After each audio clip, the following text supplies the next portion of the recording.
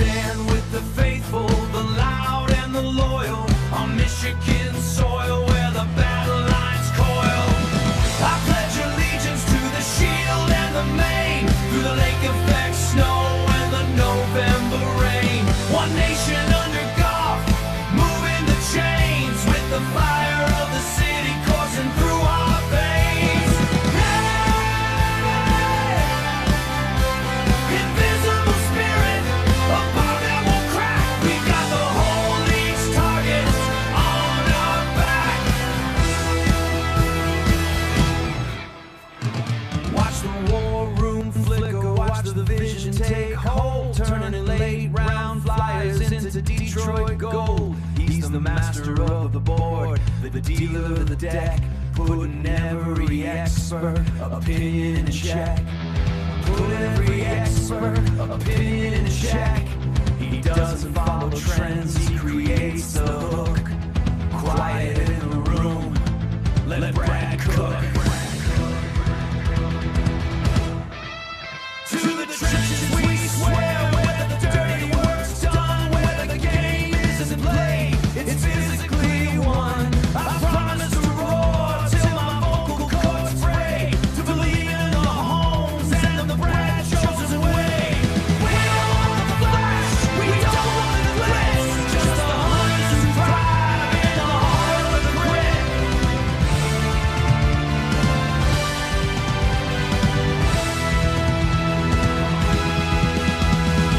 Liberty from the cellar, and justice for the years of pain. No more same old lions, just the kings of the northern reign. I pledge my allegiance, my heart and my roar, to the team that we love and the team we adore. With Minicamp for breakfast and victory in sight, with the Detroit Lions, and we're winning tonight. All right. Wow. What a hell of a news story out of yesterday, man. A lot going on for your Detroit Lions. A couple of signings. Lions brought in 2 former UFL champions to the wide receiver room. But one of them, at least, and you're going to have to forgive my ignorance of not doing a bunch of research yet, but one of them, at least, has played in the NFL and for the Minnesota Vikings. We'll talk about that. We're going to talk about Isaac Tisla, who's gaining a big edge right now during minicamp, but at least during the spring portion of practices so far, OTAs and minicamp, Isaac Tisla has been mentioned by multiple people, including former Lions legend receiver Herman Moore.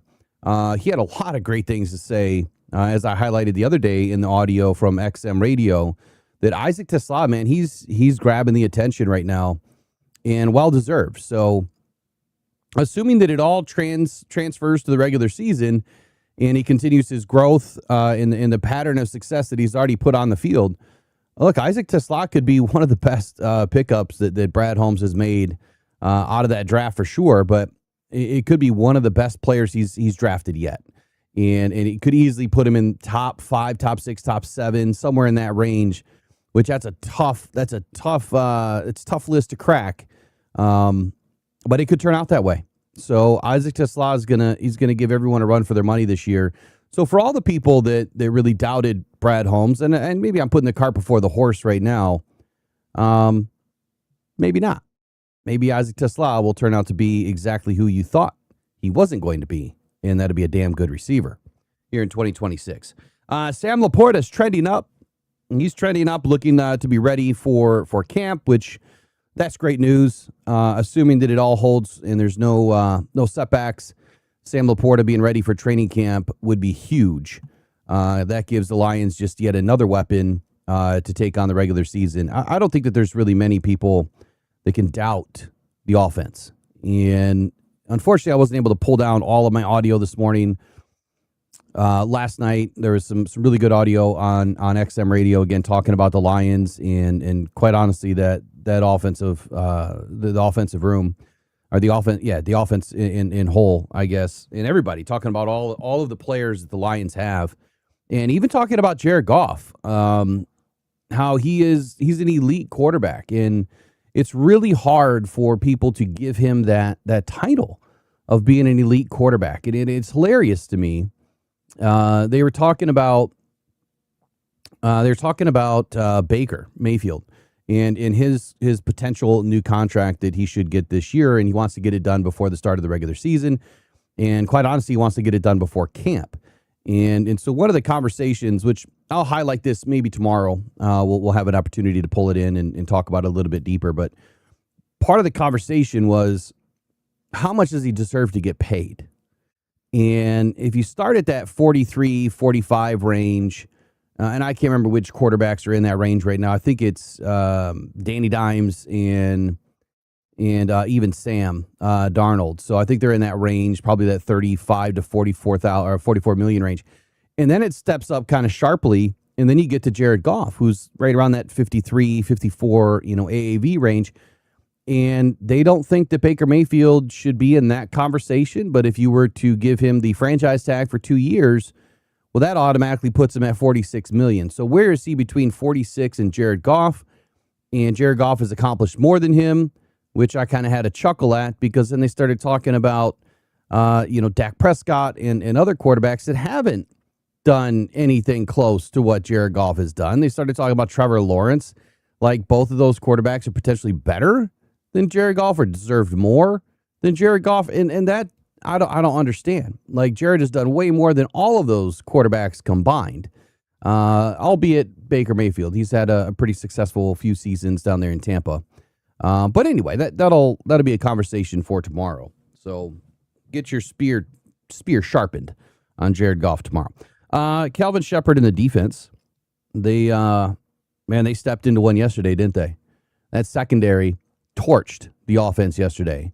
I'll see if I can pull down all the stats. I know there's something like, crazy 5 interceptions or something like that, which that's a good thing. Don't think that's a bad thing, right? That's a good thing. And going up against your own, right? There's going to be more plays that are made. It's not an indictment on Jared Goff, like, oh no, he's throwing interceptions. He does it every training camp. He does it every OTA. He does it every spring practice. And maybe not every practice, but you get what I'm saying. He does it every year. And it's expected when you're going up against your own. You kind of know the guys, right? You kind of know what they're running. You see it every day. But when you go up against, other opponents that don't see you every day, it shouldn't happen. And it doesn't. I mean, Jared Goff probably averages around 11 interceptions a season, which I'm good with that. Like that's fine. If he can keep it under 10 this year, I think that would be amazing if he can keep it under 10. But that means that the Lions can't be chucking the ball 30 times a game. They need to run the ball. At least, if you're putting up 25 passes a game, I think you're doing fine. I don't think we need to really go crazy with the football in the air this year if we can ground and pound it and play keep away and the defense steps up and does their job. That means you don't have to pass as much when the defense does their job. Offensive line, it's still musical chairs. Blake Miller, Larry Borum, Giovanni Manu, others getting a little bit of action all over the place. Blake Miller, Larry Borum kind of swapping out at right tackle, and Giovanni Manu getting some guard action during the spring. Be interesting to see where this all transitions for camp. So a lot of news to cover today. We're going to try to get to all of it. We're going to go through Media Day today. We're going to listen to a few fellows that jumped on the mic yesterday, and we're going to listen to Good Morning Football. Where do they have the Lions in the Super Bowl or championship window? Kind of an interesting conversation. So we're going to bring in Good Morning Football this morning and take a listen to them as well. So all that and more, we're going to try to get to it all today. We're starting a little bit late. This is an off day for me, but I had to run yesterday. Unfortunately, I had to go to the cancer center. I had to take an opening and get some blood work done and some other things done. So I didn't have a choice and had to get it done. I'm glad I did. It was a good report for once. So that's trending in the right way. Got some other things coming. I have some ultrasound scheduled, and hopefully that all stays negative, right? Negative. That's where we want it. But let's get it all cracking this morning, and let's have a good morning, man. Good morning, everybody. Welcome to the Rise and Grind Morning Show. Let's get it rolling. Pressured by Hutchinson, he goes down again.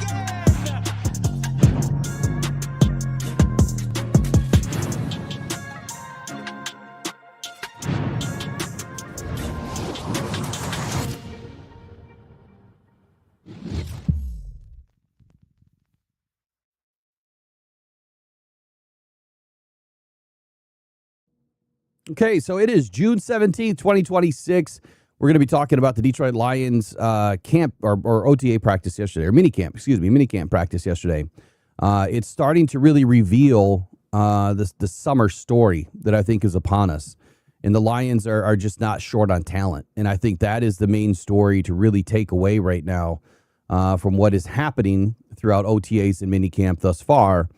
They're still sorting through some of the roles and trying to decide who completes this roster and getting ready for training camp to really see who they're going to be in September. If I was a bigger betting man, I would say the offense is going to fly. I'm not worried about the offense. The defense could be the big surprise here in 2026, and I'm really not surprised because they've been on this upward climb for the last couple of seasons.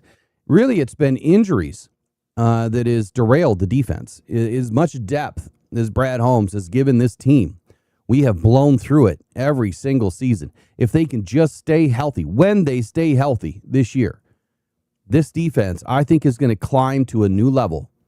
And that level could finish around top 5. But I swear, if they just finish in the top 10 conversation and they're able to defend the pass a little bit better, get some takeaways, out of the secondary, I think that this defense will be just fine, positioning well to go into the playoffs and do some big damage and make a run to the Super Bowl. Receiver depth, secondary chemistry was a big storyline yesterday. Offensive line reshuffling, Sam Laporta's recovery, and a crowded defensive front really all moved to the center of the conversation. And just the first minicamp of 2, and then they'll be done for the summer. They come back in July. Let's talk about the receiver room. So the Lions added a couple of more bodies yesterday to the receiver room that needed, a bit of a jolt after the Kendrick Law ACL injury. So Brad Holmes is still searching. They're still not settled. They need some more players in this room, and I think it's also giving the starters a little bit of a rest and not giving them all of the snap share, all of the snap load throughout training camp.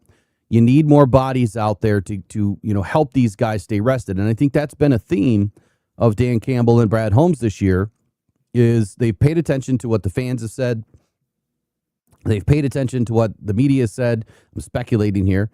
And I feel like it's appeasement season where they're giving everybody a different look at who they can be and maybe who they will be for the future. It's kind of, they're testing, right? They're testing it out.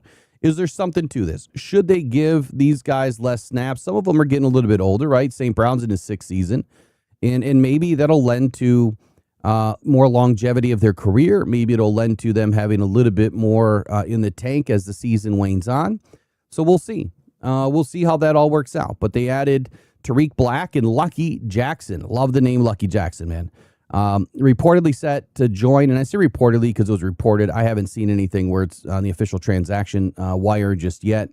That'll probably come out today, I would assume, right around 4 p.m. And so after helping Louisville win, Louisville Kings, UFL, win their championship this last year, Jackson brings a little bit of that spring league production and return game experience. So there's a big reason why he's joining the Lions.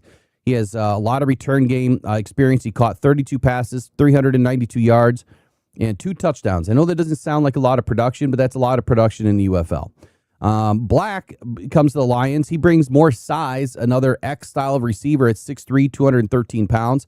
Prior NFL camp experience, and Lucky Jackson, I believe, is the one that was with the Minnesota Vikings in 2023. So let me wind back to Lucky real quick. He started off with the Winnipeg Blue Bombers in 2022. He went to the Edmonton Elks in 22 and then ended up with the DC Defenders in 2023. Had his subsequent tryout with the Minnesota Vikings, and looks like he stuck with the Vikings 23 to 25. Went to Louisville this spring and won the championship with the Louisville Kings, and now he's with the Detroit Lions. So it's not that this guy doesn't have any experience. He has a lot of experience. And at 6 foot, 182 pounds, he brings a little bit more of that speed and, a guy that you can utilize in the slot. They're trying to find someone that could do what Kendrick Law could do is what I'm taking away from this. So that's Lucky Jackson. Tariq Black, he started out with the Indianapolis Colts in 2021, New York Jets in 2021 to 22, Baltimore Ravens 22 to 23, Pittsburgh Steelers 2024, Miami Dolphins 24 to 25, Louisville Kings here in 26 in the spring, and now with the Detroit Lions. So another player that has even more. So I had these guys flip-flopped, even more NFL experience than what Lucky Jackson brings to the table. But both these guys have been playing consistent football since 2021 after college. So super excited to see what kind of juice they can bring to this offense. Now, Black, he enrolled at Michigan back in January of 2017, and he participated in Michigan's spring practice where he really impressed the U of M observers there. And then on September 2, he started at wide receiver as a true freshman in Michigan's season opener against Florida. He scored a touchdown on his first collegiate reception and then had 2 receptions for 83 yards in the game. During the fourth quarter of the Wolverines' third game of that season against the Air Force, Black ended up getting injured and left with a broken left foot. And it was at that point, at that time of his injury, that he led the team in receiving yards, believe it or not. And he did not return for the rest of the season. He finished with 11 catches, 149 yards, and 1 touchdown in 3 games for U of M in 2017. Now, just before the start of his sophomore season in 2018, Black suffered another similar injury, this time fracturing his right foot. He saw his first playing time of the year on November 3 against Penn State, recorded the first catch of the year 2 weeks later against Indiana. He finished his sophomore season with just 4 catches for 35 yards and no touchdown. He was healthy in 2019, but had to compete for playing time with Nico Collins. I think that's a pretty good name to compete with. Donovan Peoples-Jones, you're familiar with that name. And Ronnie Bell, another player you're familiar with. 2 out of those 3 have played for the Detroit Lions. Now, for the year, he played in 11 games. He had 25 receptions, 323 yards, and 1 touchdown. And then he entered the transfer portal on December 13th of 2019. On April 28th in 2020, Black then announced that he had decided to grad transfer to the University of Texas at Austin.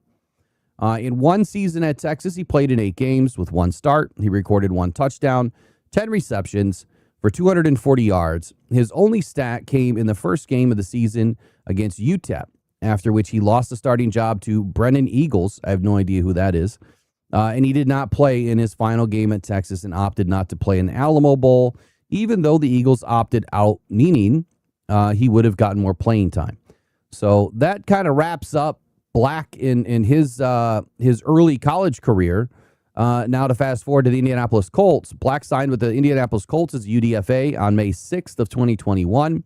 He was then waived by Indianapolis at the end of roster cuts, I believe, on August 31st. New York Jets on December 7th of 2021. In that same season, he was signed to the practice squad. When he was called up from the practice squad, he played for the last game of the season against the Buffalo Bills and made his first career NFL catch. He was then signed to the reserve futures contract with the Jets in January, and then on August 30th of the following season, he was then waived. Baltimore Ravens signed him on January 3rd of 2023 to the practice squad, and then on April 19th, he was then re-signed with the Ravens. He was then waived August 29th, nearing the end of roster cuts as part of the final roster cuts. And then he was re-signed to their practice squad late in September and then released in October. So he's kind of bounced around a little bit. And then he even came back in December of that same year and then released again in January at the end of the season. With the Pittsburgh Steelers, he was signed by the Steelers on July 31st of 2024. So it doesn't take this guy long to get picked up. So there has to be something that teams like. To be a UDFA, to not really have a ton of production, in college or in the NFL, there's something that they're seeing in this guy that is a little bit more than just a camp body. But he was waived injured on August 13th. Injuries have just been part of his career. Miami Dolphins on October 23 of 2024 signed him to the practice squad. He was signed to a reserve futures contract at the end of the season. And then on August 19th, nearing the end of training camp, again in 2024, he was then waived. Then he joined the Louisville Kings this spring and won a championship. And here he is now with the Detroit Lions. That's your up to the date information there on Tariq Black. Let's talk about Lucky. God, I love the name. Dontavian Lucky Jackson. By the way, before I get into Lucky, I apologize for being late on the coffee. I'm just waiting on one individual to update their address. Robert Cook, if you're listening and hear this, responded to your emails. Just take a look at the tiers, but I went ahead and shipped you anyway. Everybody else has already received theirs. We're going to be changing up this year. There's going to be a new blend I'm putting together, and I'm working with some new partners to try to develop a different system. That way that things can just be shipped direct from the partners, that they can do my blend and kind of just handle it all for me. Takes away one of the things that I just don't have time to do anymore. So more news will come out about that later. But some of you got some of the new blend already, and then we'll have new labels and all sorts of new stuff happening this year. So we're gonna do a whole remake of the coffee, and we're really gonna promote the hell out of it this season. And it is damn good. It is so smooth. So good. All right, Dontavian Lucky Jackson. Let's take a look at his college career. He was a 2-star recruit by rivals. He went to Western Kentucky after redshirting as a freshman in 2015. He had 26 catches for 395 yards and a pair of touchdowns on the year in 2016. In 2017, he had a very impressive campaign. He racked up 39 catches, 600 yards, and 3 touchdowns. And then on November 17th contest versus Middle Tennessee State, he hauled in a 93-yard touchdown, which was the longest play in Western Kentucky University history, as well as one of 8 90-plus yard pass plays in FBS history. Let that sink in. This guy is 6 foot, 182 pounds. He's out there catching 90-yard bombs like it's no big deal, right? Or he's taking the ball 90 yards. He had 8 90-plus yard pass plays, and it was, I think he's somewhere in the history. It doesn't tell me what the actual record is, but he's somewhere in that record. I just don't know where. As a redshirt junior, though, Jackson did start 11 games. He had 50 catches for 552 yards and 4 touchdowns, and he led the Hill Toppers in receptions and touchdowns. Lucky ended his Hilltopper career with a bang, putting his name in the WKU record books while leading the team with 94 receptions, 1,133 yards, as well as 4 touchdowns. In the final Responder Bowl against Western Michigan, he earned MVP honors while hauling in 17 passes. His 94 receptions in 2019 ranked 8th in FBS that season and 2nd all-time for Western Kentucky U. So this guy obviously can play some ball. Now, that was all the way back, at the end of 2021-ish, 2019, somewhere in that range. And then he joined the Winnipeg Blue Bombers in 22, and then he kind of stuck around at the UFL. I think it was a different name back then. But anyway, in 22, he went to Edmonton, and then 23, the DC Defenders. Then he joined the Minnesota Vikings in 2023, and that's where I'm going to skip to. So on May 23, 2023, Jackson did sign his first NFL contract with the Minnesota Vikings. He was released, though, on August 29th before being re-signed to the practice squad on September 12th. So what do we know about guys that are let go, nearing the end of training camp, and then they get signed immediately back within a couple of weeks? That means he was probably pretty close to making the roster. If you're going to be signed back very early in September, like right after week 1, and there's a reason for that. When you sign guys after week 1, it does something to their contract where I think it's not fully guaranteed, especially for vets, even though he wasn't a vet. So there has to be a reason why they waited until after week 1. But anyway, he was brought back, and then he was elevated to the active roster just 4 days later. He was elevated to the active roster in week 16. Now, I was thinking September 17 and 16. But in week 16 and week 17, so he stayed on the roster the entire season, and then he reverted back to the practice squad after each game. He was signed to the Minnesota Vikings active roster on January 6th before the final game of the regular season. He made 3 appearances for the Vikings overall, over the course of the season, appearing in 3 snaps on offense and 32 snaps on special teams. He was then waived on August 27th of 2024 in the following season, right again at the very end of roster cuts, and was re-signed to the practice squad again. He signed a reserve futures contract with Minnesota on January 16th of 2025. And then on August 26th, again, the bell came and he was waived by the Vikings one more time. As part of final roster cuts, he was then signed to the practice squad the very next day. So Jackson was released from the practice squad on September 23, just a few weeks later. So there's something to this guy. I don't know what it is yet because we don't know who they are yet, right? This is what we know. What I've read is what we know. We'll see who they are, in the coming weeks throughout, training camp. I'm sure that they're going to get plenty of an opportunity to show the Lions just who they are. But again, that's the two new guys, the two pieces of championship blood that the Lions have now added to this roster, and I think it was a great addition. But we'll find out more as the season wanes on. So give me your thoughts in the comments. Obviously in the chat right now. What do you think? I know we can't think much, but what do you think this means? Are we looking for that returner? Are we looking for another, ex-receiver? What does this mean for Dominic Lovett and Jackson Meeks? Right now they're at the bottom of the roster. Hopefully one of them is going to be, on the regular roster this season. But when you look at who the Lions have right now, I think the top 4 spots are locked.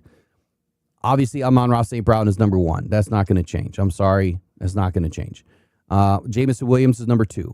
Isaac Tesla is number 3. And Greg Dortch, who is the most talented special teams player on this team right now, at least for, I would say probably better than Tom Kennedy. But, man, Tom Kennedy he does it every year. Every single year he just does it. And I don't know if this is going to be the year that he finally makes the roster. He could, especially with the Lions continuing to add more players. I think that tells you that they're not satisfied with slot 5 and 6 this season.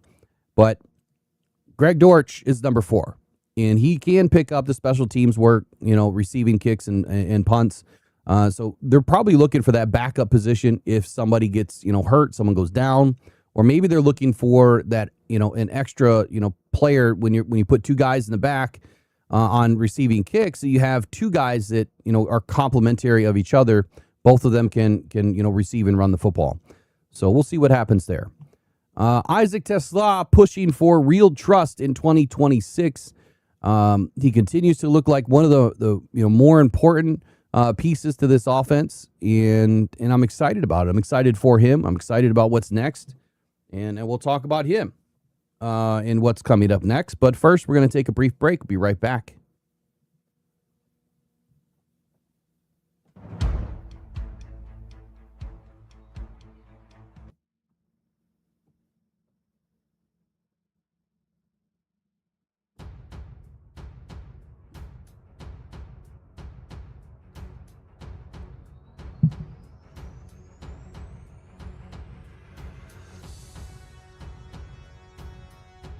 Hey, before I forget, Major Payne, check your email. I don't know if you emailed me back yet, but check your email. There was something up with your address too. Just give me a shout back this morning. Obviously, don't put it in the chat, but let me know in the email, please.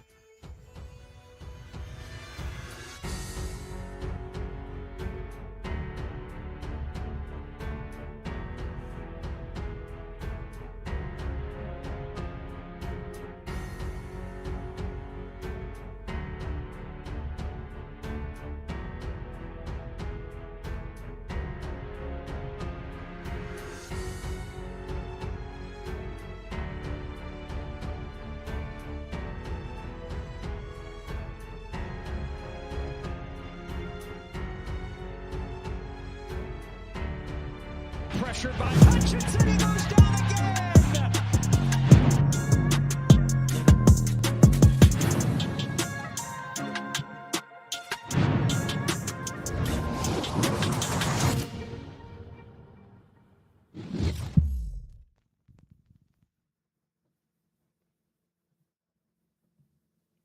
All right. Again, good morning. It's the Rise of Grind Morning Show. We just finished talking about Tariq Black and Justin Lucky.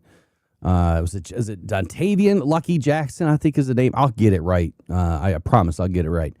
But Isaac Tesla, that's what we're going to talk about next. And he's really pushing for some trust this season. As I was saying just a few moments ago, he's really captured the eye of a few and many, honestly. But Herman Moore had some good things to say about him and really felt like he's kind of looking like a vet out there right now in his second season.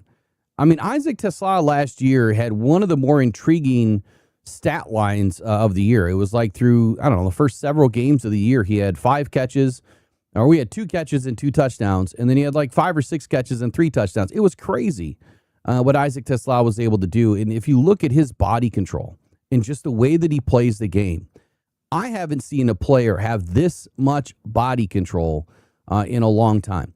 I've done something kind of unique, and I wish I could share it with you right now, but I'm still working on the image.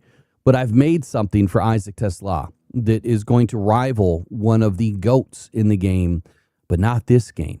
And so when I'm able to release this, it's going to come on a T-shirt, and we're going to push it to help raise funds for the Rock Down Cancer Foundation. So it's something, I don't know how I came up with it. I saw the image when he made that crazy catch and in practice, and I'm like, I got to do this. Like, I had a really good idea at that moment. I've been working on it. I just don't have it just right yet, but we'll get it ready here in the next week or so. But Isaac Tesla, man, he's really been praised by Dan Campbell for all of his consistency and his comfort level inside this offense. Even though it's a new offense, second year, second offensive coordinator, really third offensive coordinator if you include Dan Campbell last year, but second offensive system. And he said that Tesla feels more like a vet this year and entering year 2. And that's a big step because Detroit does not need him to be a flashy player only. Last season, Tesla turned limited volume into, real scoring impact with 16 catches and 6 touchdowns. That's insane. You're catching a touchdown every 2.5 balls. That's nuts. Or every 2.5 catches it's crazy. And if he does something like that again this year, is Tesla going to push for 10 TDs as one of the main red zone weapons I think that we have on this team right now outside of Sam Laporta? I mentioned it a couple of weeks ago when last time Eric was on, which I apologize, Eric, about yesterday, but he understood I had things to do. I mentioned that I felt like Isaac Tesla was going to be the biggest red zone weapon. It wasn't Sam Laporta. It's not Jamison Williams. It's not Amon-Ra St. Brown. It's not Jahmyr Gibbs, and it's not Isaiah Pacheco. It's Isaac Tesla. I feel like he is going to be one of the more prominent red zone guys that Jared Goff is going to be throwing to this year, especially with all these acrobatic catches. Jared can put that ball in a place where nobody else can catch it but him, and that's a pretty wide range of area that you can put that ball. We saw it last year. But Tesla really, again, he turned that limited volume into big numbers, right? And, well, big by saying, the efficiency, if you will. But he has to really align this season with the new offense, a new offensive system, and start to block with a little bit more force. I think that is the next level for Tesla this year, is becoming a better blocker. And winning through contact and be there, where Jared Goff expects him to be. And with Kendrick Law sidelined, obviously this is going to give, everybody a little bit more opportunity. I mean, Kendrick Law would have had to have carved out, a relationship with Jared Goff and time on the field and, snap share and all that. But I think it was trending in the direction where I think a lot of us thought and felt that Kendrick Law was going to be that bright spot this year. So now we revert back to Isaac Tesla. Like, what is his clear path to being, the true number 3 on this team and being in that role that Jared Goff can trust and put him in a position to win each and every week. So let's take a listen to Isaac Tesla and what he has to say about his time in camp so far.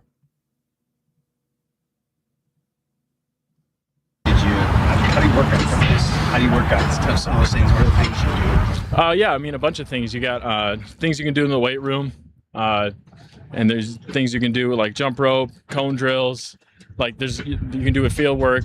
Are you asking like specifically, or just in general? Yeah, just in general. Yeah, just in general, those things. Where did you do some of that work this offseason? Some of it I was back home on the west side, and then I was down in Fort Myers at X3 training with Jordan Llewellyn for a month and a half. Had you done that pre-draft with him too? Correct. Yeah, I really liked it there. Just what's the comfort level year two? You always talk to guys going into year two, and they just seem calmer, more relaxed. Everything comes a little bit easier. Is that kind of what you're feeling right now? Yeah, absolutely. I mean, I've told people like coming into your sophomore year, like compared to a rookie, is just so much more. And I wouldn't say relaxing because I don't think in football you can ever really relax. Like you got to have an edge about you, but just being so much more comfortable. Not only like just being familiar with like the guys, and I'm not like trying to learn names and stuff, but also with the offense, we have a lot of translate from last year. So it's just a lot more comfortable, and I feel like I'm able to play a little bit faster, doing a lot less thinking this year. Scotty's kind of said that this team as a whole is spending more time on the field, more time getting to discuss things just because you don't have to learn as much. Do you kind of feel that? Do you think this team is in a place where you can focus on more of those small things and not trying to learn everything all over? Oh, absolutely. And I think that's the biggest thing from last year to this year is just like, I wouldn't call it simple, but it's just like, I feel like we're trying to nail the basics before we start adding on stuff. I felt like there were times last year where we were just kind of like throwing a lot and we had to kind of sift through it and figure it out. I feel like this year we've done a good job like mastering the basic things, especially during this OTA period where we can really, harp down on those things and then just building off those as we go throughout the weeks and then into training camp. Isaac, we saw your role expand last year once Dan took over play calling. A few more snaps per game, a few more targets per game. Did you feel that over the last 9 games? And what kind of platform does that provide for you entering year two? Yeah, I definitely felt a little bit of a shift. I don't know if it was play calling or is it just comfortability overall with, being a new guy and just trying to learn my place on the offense. So I don't know exactly what the shift, what caused the shift, but yeah, I definitely feel like as an offense, we got a lot of weapons, and I'm excited to see how we utilize them in this next season. We're starting year two, but Dan said in his press conference earlier that you approach the game like a veteran. To hear that from your head coach heading into your second season, I mean, does that tell you you're doing things the right way? Yeah, absolutely. But I don't want to hang my head on that and say, oh, I've done a good job, pat myself in the back and keep going. But I always want to have an edge about me and kind of have that mentality of being a rookie where it's like, you got to do everything the right way in order for the coaches to even notice you. And once they notice you, then you got to keep building on those things and making plays, and they'll be comfortable with you. So just keep building on those things and just become more and more reliable out in the field. You mentioned the skill weapons. What's the excitement level of just playing in this offense in a bigger role, and there's so many football type guys. I mean, they can't cover everybody. There's Exactly. Gonna be some one-on-one situations there. How excited are you to potentially get a little bit more of that? Yeah, I mean, it's exciting for me. It's exciting for the whole offense just because, with the weapons that we have, I don't know how you're going to guard all of our skill positions. I feel like if you want to try to double a guy, then you're just leaving another extremely skilled person wide open. So I think it's a great opportunity for the whole offense. They got to worry about a lot of guys, and we're excited to punish them on the field. Earlier, I asked Dan about the next title win, seeing them in their drought. The Lions have had a drought of not being able to win the Super Bowl. You've been being a Michigander, longtime Lions fan. Did you take a moment watching them win the title, kind of sit what'll be like to win the title with the Lions? So I'm going to be completely honest with you. I didn't watch a single game of the NBA Finals. I could never get into it. I don't know why. I've just always been an NFL guy. I watched one NBA game this year, and it was the one that I went to, and it was actually the Pistons beat the Knicks by 40. So when people are I don't even know who's in the finals. Who's in the finals? They're like, oh, it's the Knicks. I was like, what? We killed the Knicks. Why are the Knicks in the finals? And then they won it. But if I had been watching, it's always surreal to see, the champions, and it would be nice. And it's obviously our goal to be able to hoist that and have a parade down. What's the name of it? Woodward? Yeah. So I think that's all our goal this year. Do you have any goals personally, statistically this year entering year two? Do you care to share any of them? I'll keep them personal, but yeah, I do have some goals for sure. How much loftier are those goals than compared to say last year? Yeah, last year I came in not really knowing what to expect. I don't know how much playing time I was going to get. I was really just working on earning my role. So this year, now that I feel like I've got a little more comfortable, then I have some pretty lofty goals for myself, I'd say. One more, guys? How much different do you feel, now versus, say, at this point last year, obviously coming in, brand new to, the NFL and the experience and having that year on the Yeah, I think, like I kind of talked about earlier, it's just comfortability. Obviously, I don't have the game mastered by any means. I'm year 2. Like, I'm still a year 2 player, still coming in, still have a lot of things to learn. But like you said, I do have a year under my belt, so I can, learn from the things I did last year and build on the things that I did well and just continue to grow and grow with this offense. What's your first impressions of? All right, we'll get into the rest of the guys here in a minute. I at least wanted to get Isaac Tesla in and kind of working through this segment. Isaac Tesla, in my opinion, he has the build. He has the physicality. He's definitely one of the smartest guys in the room. You can see that. You can hear that. He's very prepared. He's very organized in the way that he does his business. And Dan Campbell mentioning that he operates as a vet. You got to love that. That means his preparedness, the way that he preps each and every day, understands, the scheme and what they're trying to do each and every play. That doesn't usually hit wide receivers right away. For instance, Jameson Williams had a little bit of trouble through his first couple of seasons, really wrapping his head around the scheme. It was a very difficult scheme that Ben and Dan and everybody else put together, back through 22, 23, 24. And it really took J-Mo a couple of seasons. Even when he was off that entire first year into the last couple of games, he really struggled at the tail end of the season. Isaac Tesla, when he came in, I mean, he was making his presence known. He wasn't targeted a ton, but you could tell and you could see that he was putting his best foot forward and doing what was asked of him. He didn't do everything perfect. He made mistakes like everybody else, and every rookie should. But going into this year, I think you're going to see a big level up from Isaac Tesla, and I love the edge about him and him saying, look, it's great people are saying this stuff about me. Not to be, impolite. He don't care. He wants to be that guy that has the edge and is going to show it each and every day, that I'm glad that I'm making people happy with, how I operate and how I do my business. But I have to maintain that edge if I want to get in there and get some snaps, right? If I want to get in there and get some targets, I have to be the best player I can possibly be. I just asked one of my sources about the Jackson Meeks conversation. So One Major Pain asked or mentioned in the chat here if Jackson Meeks was mentioned at playing the tight end position. I haven't heard that. I know last year there was a couple of things that they were talking about. So I just asked one of my sources to kind of get back to me in a few moments, if they can, at least by the end of the show, to let us know what's going on with Jackson Meeks. I haven't heard that yet. So Isaac Tesla, again, expect big things from this guy this year. Where he ends up in this, the stat sheet, I don't really know where to put him yet. The fact that he pulled down 6 touchdowns last year on 16 catches, I don't think there's any reason why he couldn't have 10 touchdowns this year. And, if he racks up 600 yards, maybe 50 catches, that's a damn good year for a second-year wide receiver. And if he can play that role, that is an exact role that you're looking to get out of a third wide receiver. You don't need 3 guys going for 1,000 plus.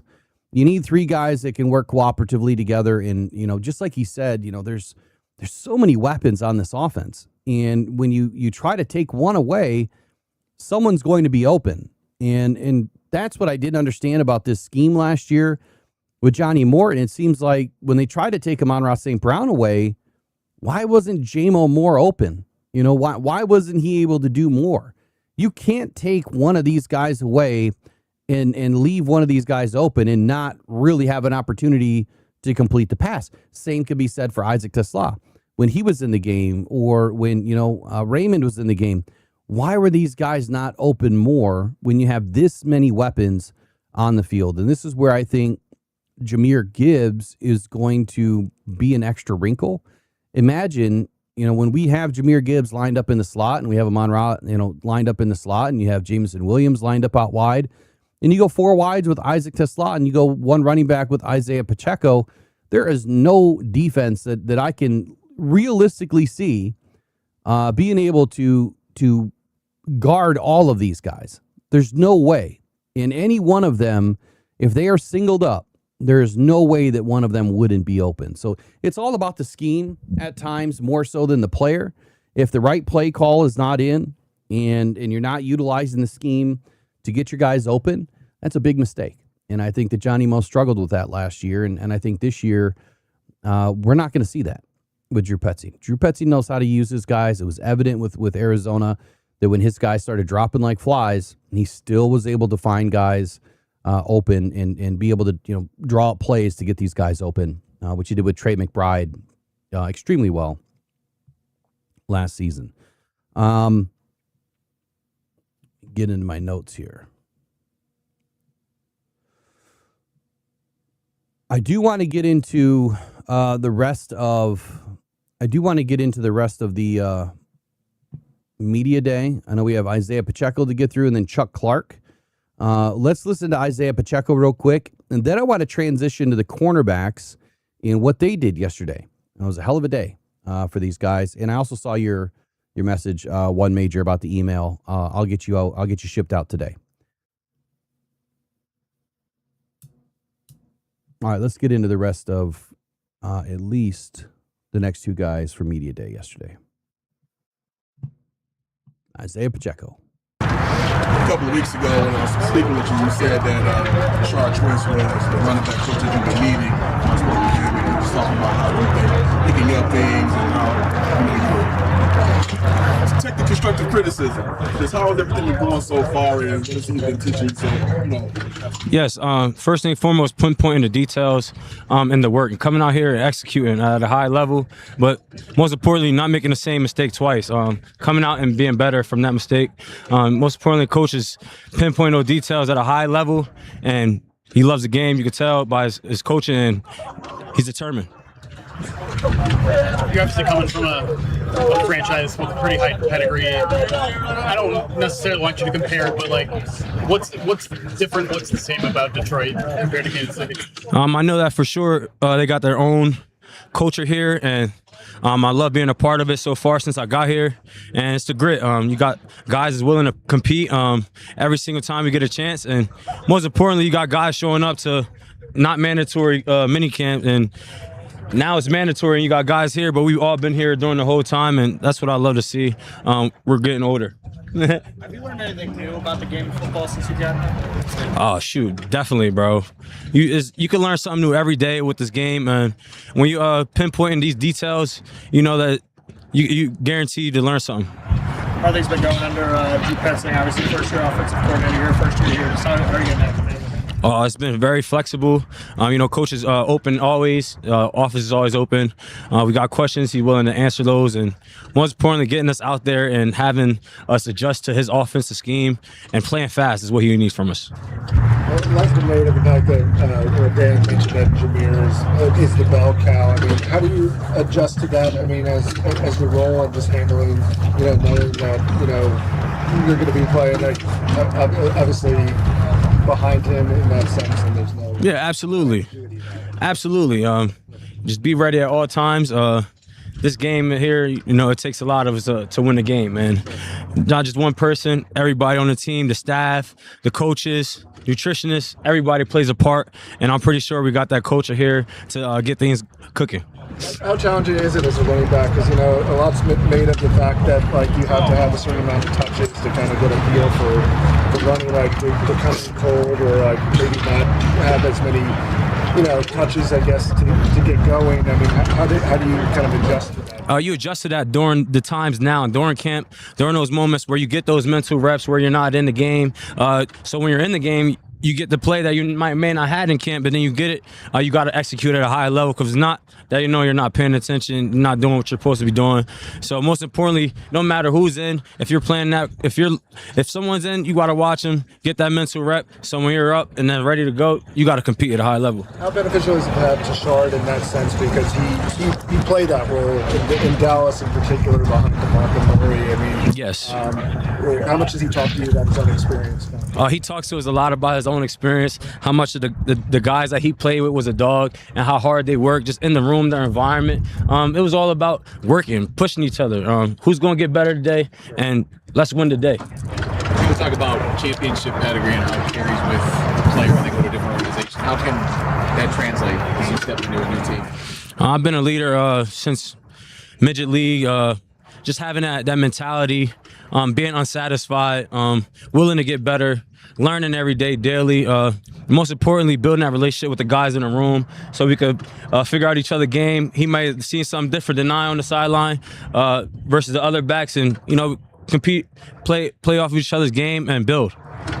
Continue to get reps at punt returner and kick returner. Do you have a lot of experience that in your past, and what do you think you bring to that position? I'm in high school for sure. I had kick return reps during when I was over there at the Chiefs rookie year.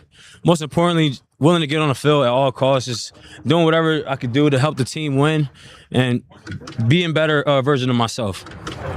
Is there a specific Something that they've asked you to do, I mean, more so maybe, or like to focus on, I guess, like a specific pass protection, catching up back or anything kind of like it? No, just being willing to know everything. You got to know everything within the game. You see Ja playing all different areas over the field. Who knows if I'm going to be in those situations as well? So I got to have those notes in my details. When he's talking to Ja, he's talking to me as well, and it goes for the rest of the guys in the room. Just being flexible, accountable, and hungry. What's the offseason look like for you? What are you trying to accomplish? Get fast, physical, and continue to build off of this camp. Don't want to lose the work we put in this whole month. Come back in shape, ready to roll. How exactly did you... All right, we're going to skip through Tesla and we're going to go to Chuck Clark. But first, let's comment here on Isaiah Pacheco, man. A lot of notes. This guy is just a ball of energy.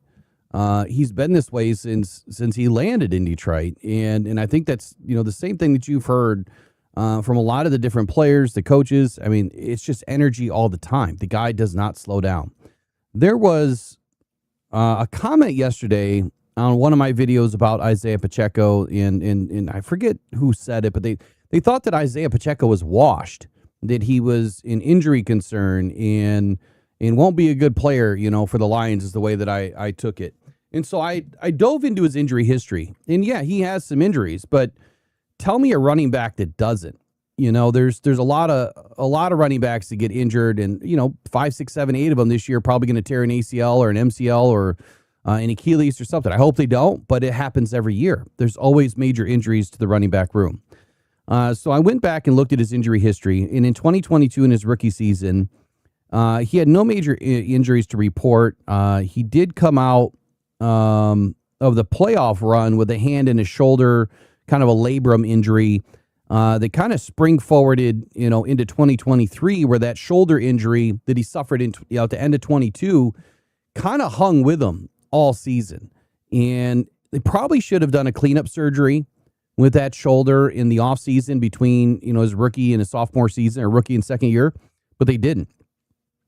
So he then ended up dealing with a hamstring injury early. A lot of running backs, a lot of wide receivers do. It's not always reported, but they do. He had an abdomen listing, probably just a big bruise.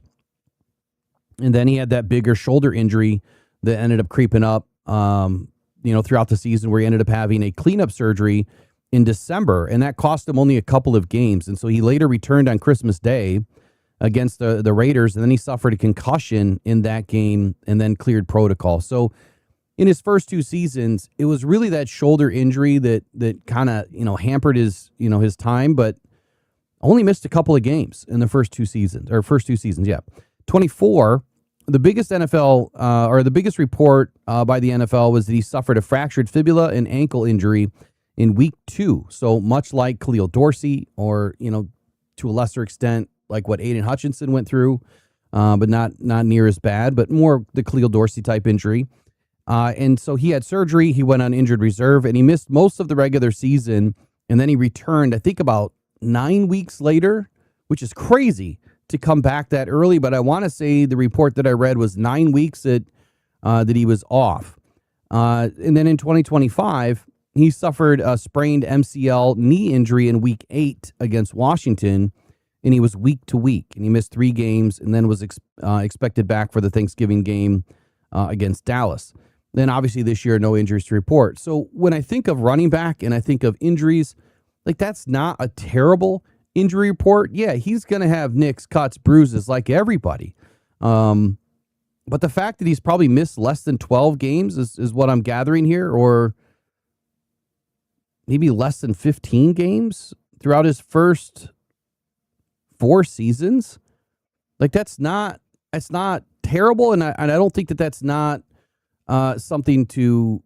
Well, thankfully Gibbs hasn't been injured, and hopefully he doesn't get injured. But that's pretty rare, for a player like any running back, but like Gibbs to not have anything major go on, or even limiting to where he's had to miss significant amount of time, which hopefully that remains, knock on the wood here, hopefully remains true for Jahmyr Gibbs. But Isaiah Pacheco, like if you're going to call him a washed player, like then what are we saying about David Montgomery? Because David Montgomery's dealt with his share of injuries. He had a sprained MCL in his knee. He didn't opt for surgery, and then he came back. So what are we saying about him? He had another injury. It was 2023. I think he had an injury kind of early in the season, if memory serves me right. And that's where I think it was around week 4 or 5 that Jahmyr Gibbs had to go in and really, put down some yardage and some snaps. And that's kind of where he really started to grow a little bit quicker. So David Montgomery had a couple of injuries. He's not a wash player. He's still young. Pacheco's extremely young. I mean, he's entering his 5th season, and he's healthy. He's the healthiest he's ever been. He's in the best shape of his life. I mean, things happen, but all of these players have suffered injuries. And if we're going to start calling players washed because they've had an injury, Aiden Hutchinson had a crazy injury. He's had multiple crazy injuries throughout his career, at least 2, I think 3, but he's not a washed player by any means. Khalil Dorsey came back. He's playing. So I think it would be irresponsible of us to say that Isaiah Pacheco can't be a solid number 2 for Jahmyr Gibbs and the Detroit Lions. So I disagree that he's a wash player and that we shouldn't have to worry about Isaiah Pacheco. Things are going to happen, but I'm not willing, to call these guys injury prone. It comes with the territory. I want to comment on a few things that he mentioned.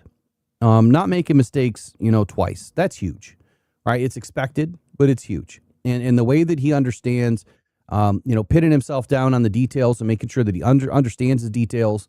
And then I really appreciated what he said when he was talking about Jahmyr Gibbs. Whenever, they're talking to Jahmyr Gibbs about doing something, he has to be there and hear it and understand it and make sure that he's ready for it too. Because again, if something were to happen, he has to be ready to step up and do the things that Jahmyr Gibbs can do. And he can. I mean, he has the speed. I don't know, as much about his catching ability just yet, but we'll see where it all progresses. Culture, grit, competitiveness, staying hungry, being accountable, staying flexible. I mean, these are all words of a pro and someone that understands a role. And the fact that they kind of asked him or put it in the way that, you're the number 2, you're behind Jahmyr Gibbs. What do you think about that role? How do you accept the role, or whatever the question was? It was really hard to hear. Look, he just said, I'm going to be ready at all times, man. And it's a team game. And I'm glad that he said that, because it is a team game. Isaiah Pacheco is there to be not just a compliment, but he is there to make plays. And when his number is called, he's the number 1 running back at that time. And it's his opportunity and it's his job to go in there and make plays. So he's damn right. It takes everybody on this team to win a football game and to have a successful season. The other thing that I really appreciated, about what he said is the culture. And even though it wasn't mandatory to be there through a lot of these practices early, throughout OTAs, everybody shows up, right? Everybody's there wanting to win. And that is, I think, a huge identifier for what your team has worked just yet. But he did mention in his first year with the Chiefs. And then I think he said whether it was high school or college that he also had, some experience. So, hey, maybe there's an option here with Isaiah Pacheco getting involved in the special teams game. He definitely has the speed and the elusivity to be able to make an impact in that portion of the game, man. It takes all 3. So very interesting conversation with Pacheco. Again, I love the energy. He's definitely smart. You can tell that, just like, a lot of the other players like Isaac Tesla, when they can fire back and give you details, give you information, that tells you how quick their mind thinks, and for a running back, for a receiver, you have to make those cuts on a dime and quickly. You have to know, where you're going and what you're doing before the play is even happening. And so that's all relative, right? And how quick their brain is thinking. I just see that and appreciate that kind of stuff about players. Maybe it's boring to others, but I think it gives me an idea of who these players are or can be. Let's get into Chuck Clark. Of being out here with the guys and with everybody here now. It's been fun being out here. We playing football. I think my element, I feel like it's all our element, just being out here to be able to get on the grass and do what we do and compete. It's been fun. You're filling some important shoes while they're sitting out. Do you feel any pressure on that coming in from the outside? Never been pressure. To me, it's football.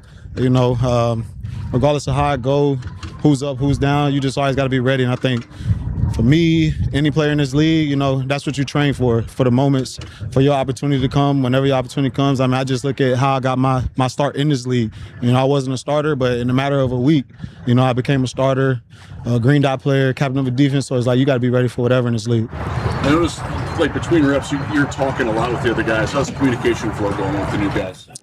It's been good. I think that's just how you learn how to be able to play and play fast. And it just comes with natural communication, off the field as well as on the field. This past weekend, we kind of got together watching film, and there's actually some things that happened today that just naturally came with our conversation having over the weekend. Shed examples of what those conversations were like? Just talking about certain routes that we've seen and how another person see it, you know what I'm saying? And then it's actually good, hearing another person's perspective and how he watches film as opposed to how you watch film and seeing it from a different person who plays a different position. So just certain routes and just talking about where we was going to jump and whatnot. Lead to one of the interceptions today? No, it wasn't an interception, but it was actually a couple breakups, yep. Mm-hmm. You guys picked off a lot of passes, got your hands on a lot of passes today. That's definitely a point of emphasis. Is that something that you've been around in the past? Where else you've been? Definitely. You get the ball back to the offense so they can go put up points, and we do it again. That's the name of the game. Defense go get the ball. Shep talked about how quickly you've stepped up as a leader for the guys in this room with your experience. Just is that something that you are mindful of? Do you step in trying to make sure that your voice is heard, or is that just kind of happening naturally? I just think it's my personality. Being a safety on defense is similar to being a quarterback on offense. You got to learn the whole defense. So I think that was my main thing when I first got here. Early OTAs phase 1, just trying to learn everything, the plays, the calls, talking to myself in the room. So then when I'm on the field and I'm saying it, it's just the same thing that I did when I was a rookie. So getting comfortable saying the calls. So when you out there in the field and you are talking and making your checks and whatnot, you just feel comfortable doing it. And you don't, am I saying the right thing or not? I'm sure was talking about you described you as kind of mature, very steady. Is that something you've always been, or have you grown into that as better? Yeah, they used to joke with me my first 2-3 years, they're just saying I had a older personality, older soul, and it's cool with me. I feel like it slowed the game down for me. My first year, definitely I'm, like a rookie out there, just all over the place, but then just start slowing the game down once you start getting that experience and whatnot, and it just naturally carry over. Did anyone ever tell you that, before football, as a kid for you? Nah. Yeah, I ain't never really heard that off before football. We've heard a lot about your personality, but what about your actual physical game do you think you're bringing to this defense? I like to be physical player, I do whatever the team asks, honestly. I'm going to give my everything. I'm going to sacrifice my body, lay my body on the line. I think that's any player in this league, but that's just how I feel going into any game. If it's truly something that's bothering me, I'm going to try to go play regardless. The only thing that I feel you look at my career history, that kept me off the field was something that I really couldn't play through, but I'm going to sacrifice my body and lay it on the line. Well, given that you play with that physical style, what's the key to having a long NFL career?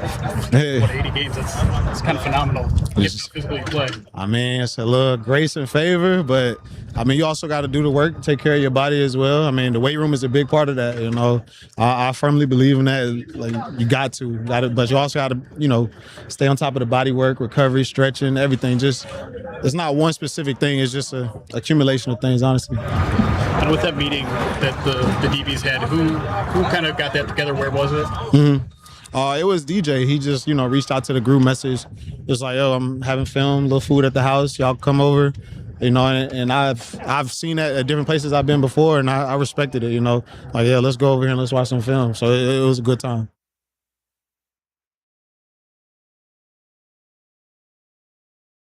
All right. Chuck Clark. This dude, I'm on the wrong screen. My bad. Chuck Clark, man, this dude is, to reiterate, Mike P, a pro's pro. This guy gets it.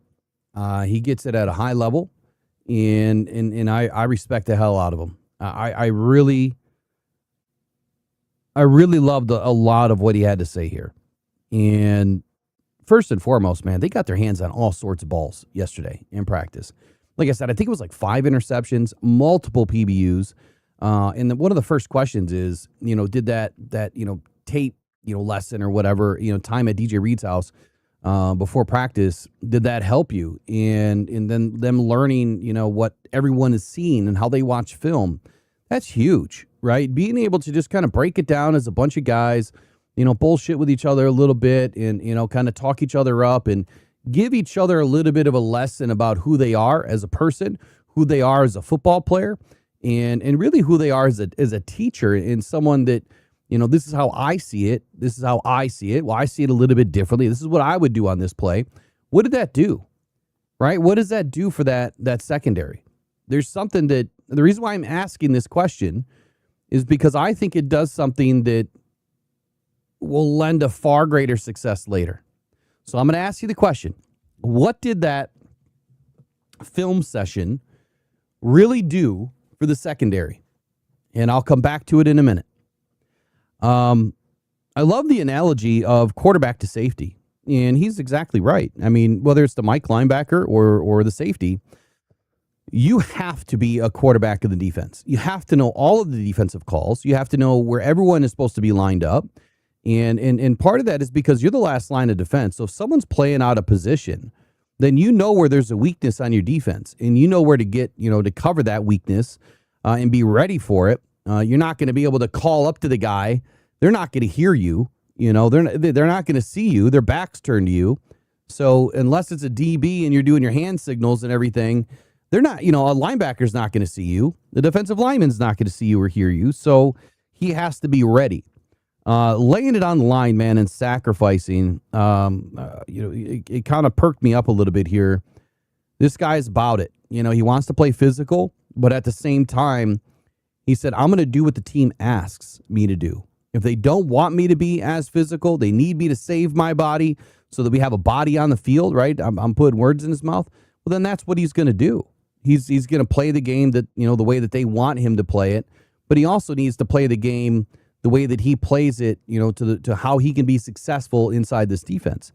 But putting it all on the line and sacrificing his body, not a lot of guys just want to go do that, right? You see some guys that shy away from the big hits and the big tackles and, not diving for balls or whatever. And I can see Chuck Clark going out there this season and making a few big plays.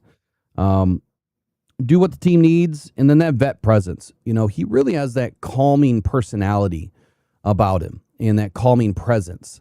So he's someone that is going to be able to be inside a defense or, sitting on the bench with the guys in the, the DB room, all gathered on one end of the bench, and be able to talk to the guys as a leader, right? And have that calming presence and someone that obviously understands the game at a high level. This is such a sneaky move by Dan Campbell and Brad Holmes. Like, it's really sneaky how they were able to bring Chuck Clark in. There is way more to this guy than what I thought. And I'm taking that away from a conversation. I'm not even putting it to the field yet, but just the conversation alone should make you feel a little bit better about who this guy is. So I'm going to come back to that question. What did that film session really do for the secondary? Let's see what you guys said. Give me some answers here. At the very least, Aaron Green says it's camaraderie. Yes, I agree. 100%. Kurt says, I believe that the Lions have stacked enough talent that we can win the Super Bowl. I believe that too.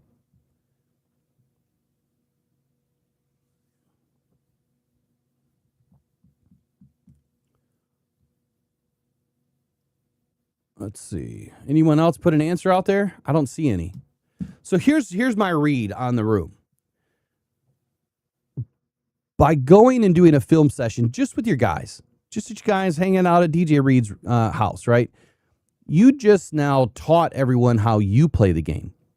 You're all new playing with each other. You've literally had probably less than 15 practices so far throughout the OTAs and now minicamp. So you still have to learn how each other plays, right? So when you're telling someone how you would break this piece of film down, how you would read this route, what that just told me is now I know how he's going to react. And if you know how he's going to react, now I know where to be to back him up, or I know where to be when, another player's crossing the field and I've got to pick him up. I know when to make my switch. So that's what I'm saying it's doing for these guys. The camaraderie is huge, but it's also making everybody on the back end of that defense more intelligent because you're talking it out. You're having a conversation, and then you're going to go put it on the field. And that's exactly what they did. They talked it out. They got more intelligent about each other and each other's game, and then they went and put it on the field, and they dusted the offense. I mean, they got their hands on so many balls yesterday. Like, that's impressive. To be able to do that this early in training camp, well, not training camp, this early in spring camp, at minicamp, it's impressive that they are able to do that this early. So when you look at the secondary, the defense is really they produced 3 or 5 interceptions yesterday. Chuck Clark, Jimmy Rolder, and Amarius Brown all had takeaways yesterday, I think is what was reported. There are also a lot of tip balls and then more near picks and a lot of PBUs. And they really showed a lot of, timing and better communication. I think a lot of that stems, from that film room. DJ Reed's leadership is really starting to show up beyond the individual reps, even after, he helped organize that player-led film work with the defensive backs. And I think that's huge for DJ Reed to step up in that manner this year. It really matters for a rebuilt room. Trying to come together quickly, and Reed is expecting, to really kind of hold that one outside corner spot. Terry and Arnold is supposed to be on the other side, and even though his role is kind of limited right now, coming back from the shoulder surgery, it gives Rock Ya-Sin, who's now back in the fold yesterday, and Ennis Rakestraw and Cleo Dorsey more chances to really push everybody else in that room. Detroit wanted more options and more pressure. In the cornerback room, and minicamp is giving them that in spades right now. These guys are really developing at a fast rate. So good stuff yesterday from all these guys. Let's take a listen to what Good Morning Football had to say, or the NFL Network. This is Good Morning Football. What they had to say about the Lions' chances here in 2026. Are they in a Super Bowl window? Do you believe in a Super Bowl window? We'll see. Let's hear what they had to say.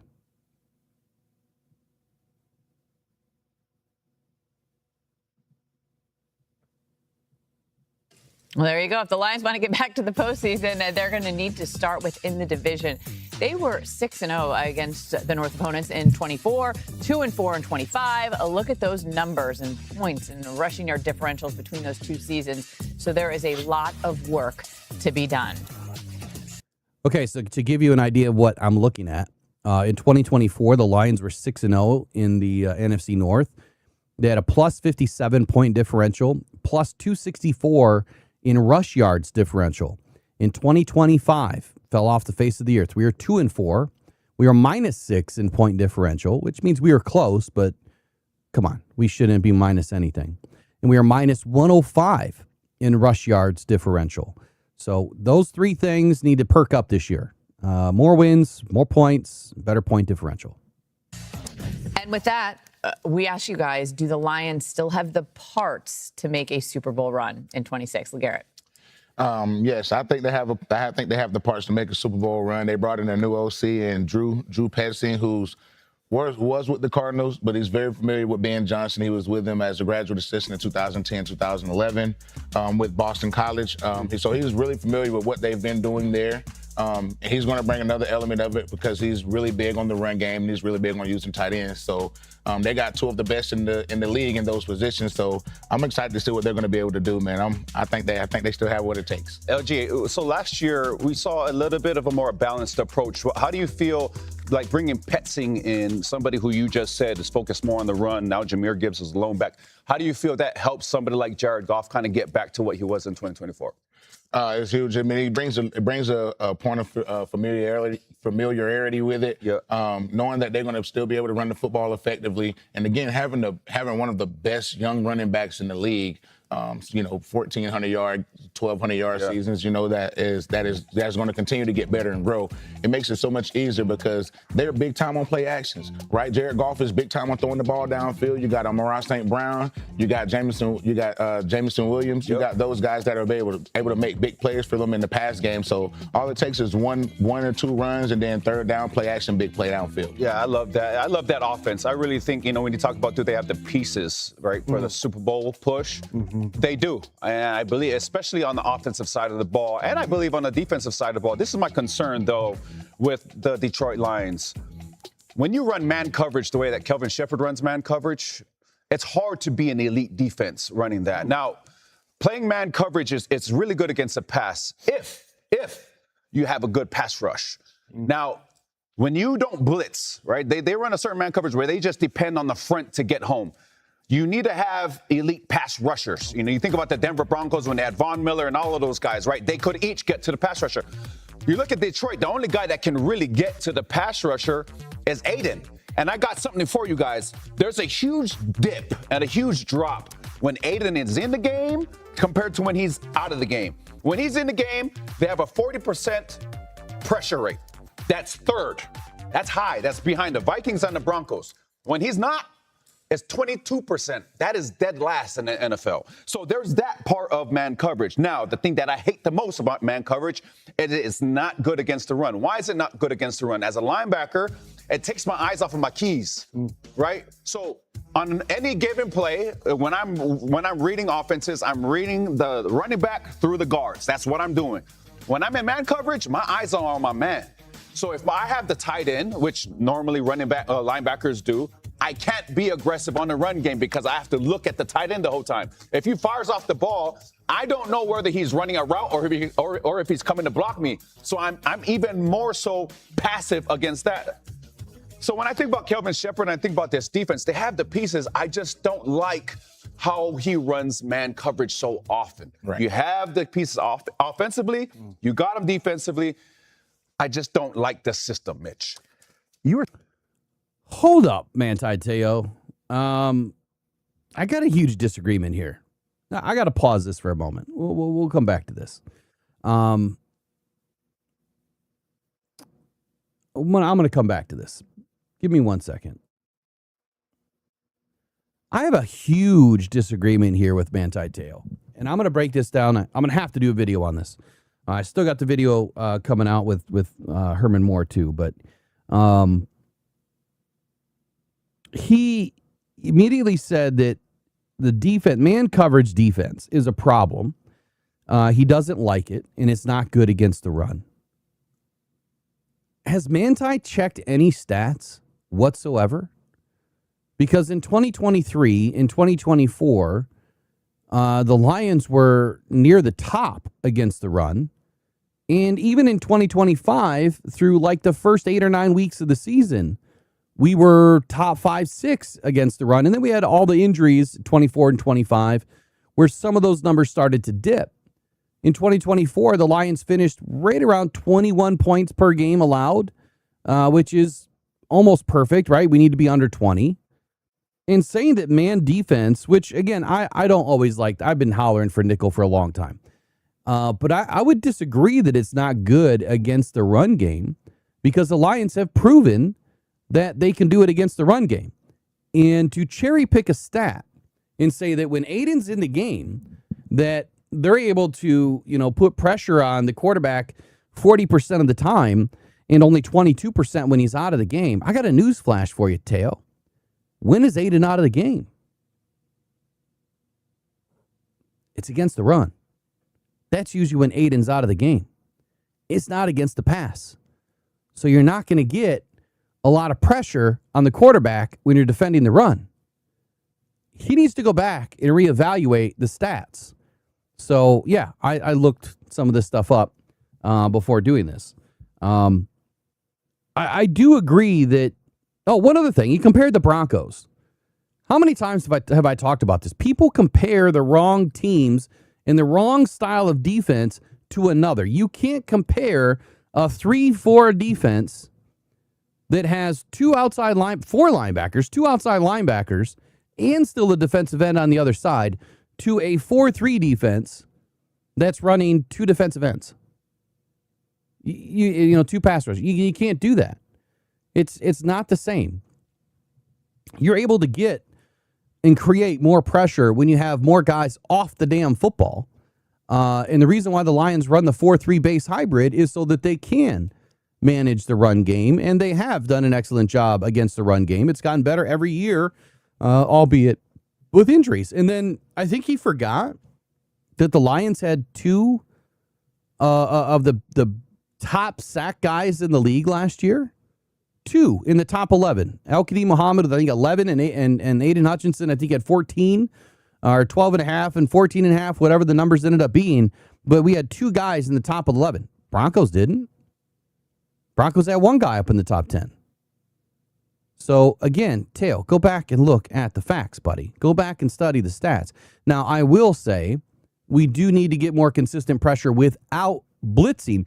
But he didn't mention the man coverage that we're running with a consistent blitz, or at least I didn't hear it. It's the blitz that's killing us.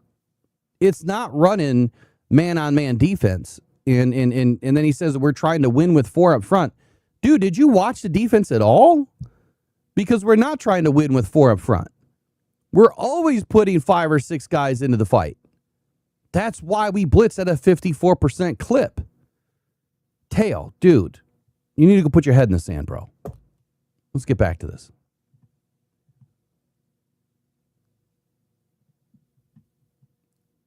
We're saying it. I'm not much of a reader.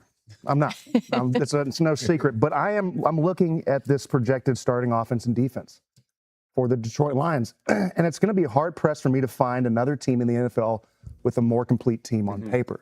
They have the pieces: Jared Goff, Jahmyr Gibbs, Amon-Ra St. Brown, Jamison Williams, Isaac, Tesla, all these guys. And then on defense, a guy who I think, listen, barring injury, which is going to be struck by, everyone's going to get the bug at some point in some capacity in this league. They also have Aleem McNeil, who is one of the most underrated D tackles, and you get to work with him and Aiden Hutchinson. Yeah. Listen, I've game planned against these two. Aleem McNeil gets the credit he deserves in the offensive line rooms and in the protection rooms. It's such a fascinating thing because they weren't atrocious at times. I think the thing that gets thrown around a lot is, when guys get burned, when the offensive line gets burned, when DBs get burned, in any capacity, a lot of blame gets thrown on them, right? And they get to retool this offensive line. I'm not one for saying the center position is so important because that's a little bit self-righteous and absorbing, and honestly, it's not that big of a deal. It's mostly the quarterback and the guys around him. Frank Ragnow is the exception, and you lost him at a real pivotal time last year. You bring in Cade May over from the Carolina Panthers. You bring in Blake Miller at the 17th overall pick. You bring in guys who have that mantra, that moxie that Dan Campbell loves in Detroit. And then you have, Penei Sewell going from right tackle to left tackle. That's not as easy as it seems, but we have another anomaly, which is Penei Sewell, who played this in college. Fascinating time. I'm excited to see what this team can do. Get me back some Dan Campbell 2024 Lions football. He's not lying, man. He's 100% right. I don't know why I forgot to write that dude's name down, but he's 100% right on where the Lions need to be. We need to get back to 2024 football. And that's exactly what Dan Campbell said, and I think that's kind of what he's piggybacking off of is Dan said, we need to get back to the 23, right? The 2024 seasons where we were doing more of the things of still trying to identify ourselves and really play into an identity. And maybe some of that got lost, a little bit through 24 and into 2025. So getting back to their core identity is key.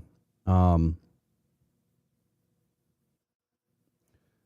just got some information back on Meeks.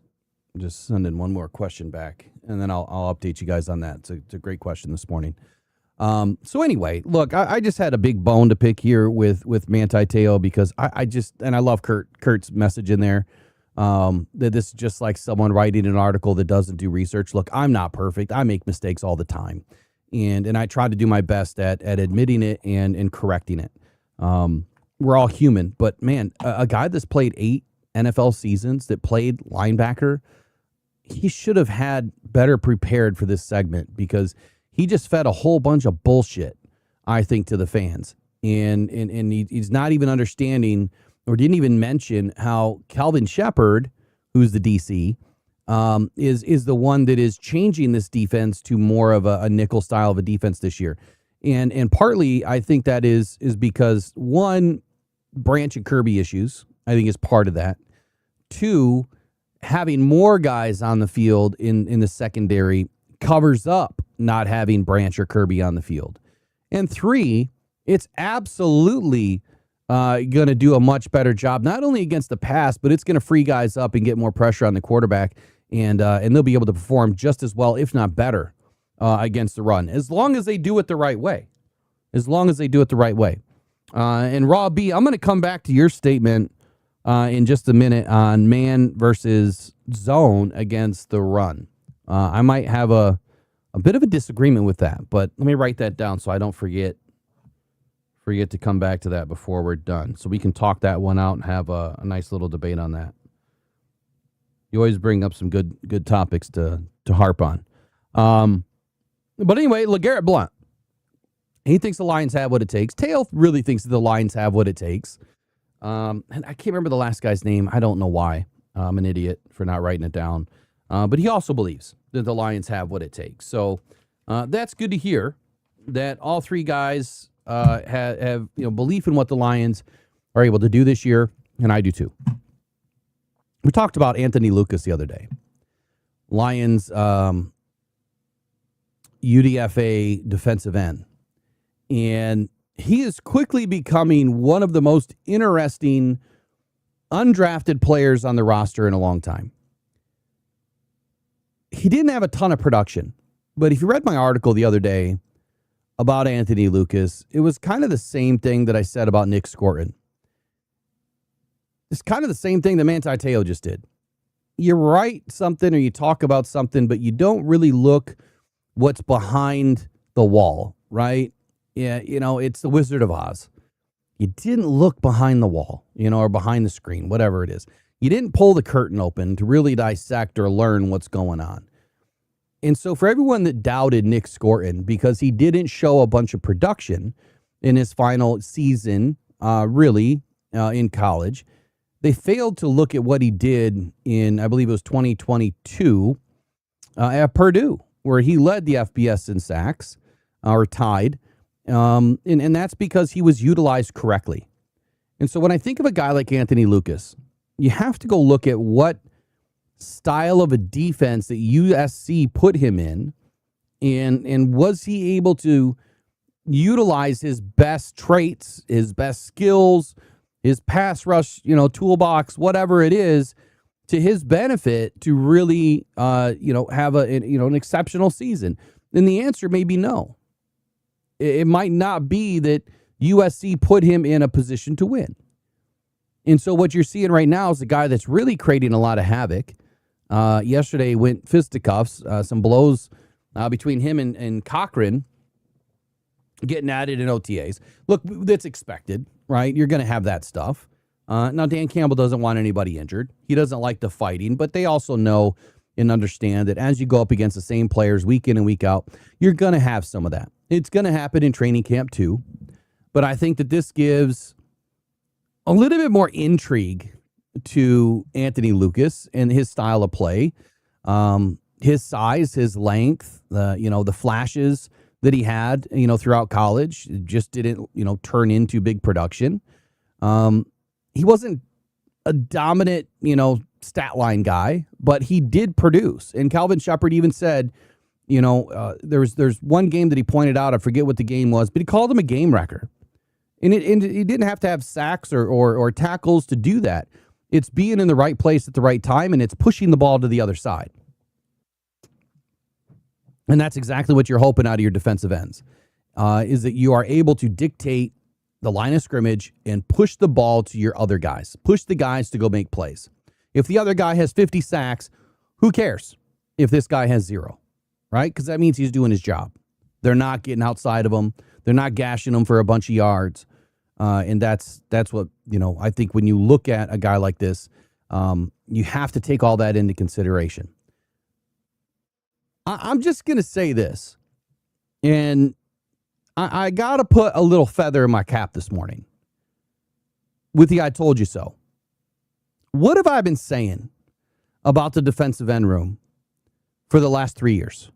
If you've listened to me, I used to talk about edge quite a bit, but, as we understand this year, there's some channels that died with edge conversation because we have plenty of them now. What have I always said about the edge position? There's one thing that I also say about the offensive line, that if you don't have guys with this, they are going to struggle. And the Lions need more guys with this so that they can be more successful. What is it?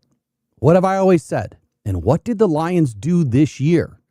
And Anthony Lucas is the epitome of that exact statement that I've been saying for a long time. No, Attila, you're funny. I've never said that.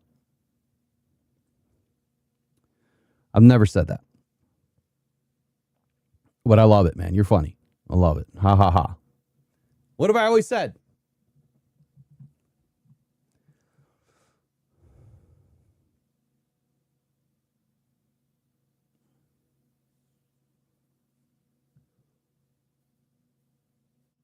There it is, Mike P.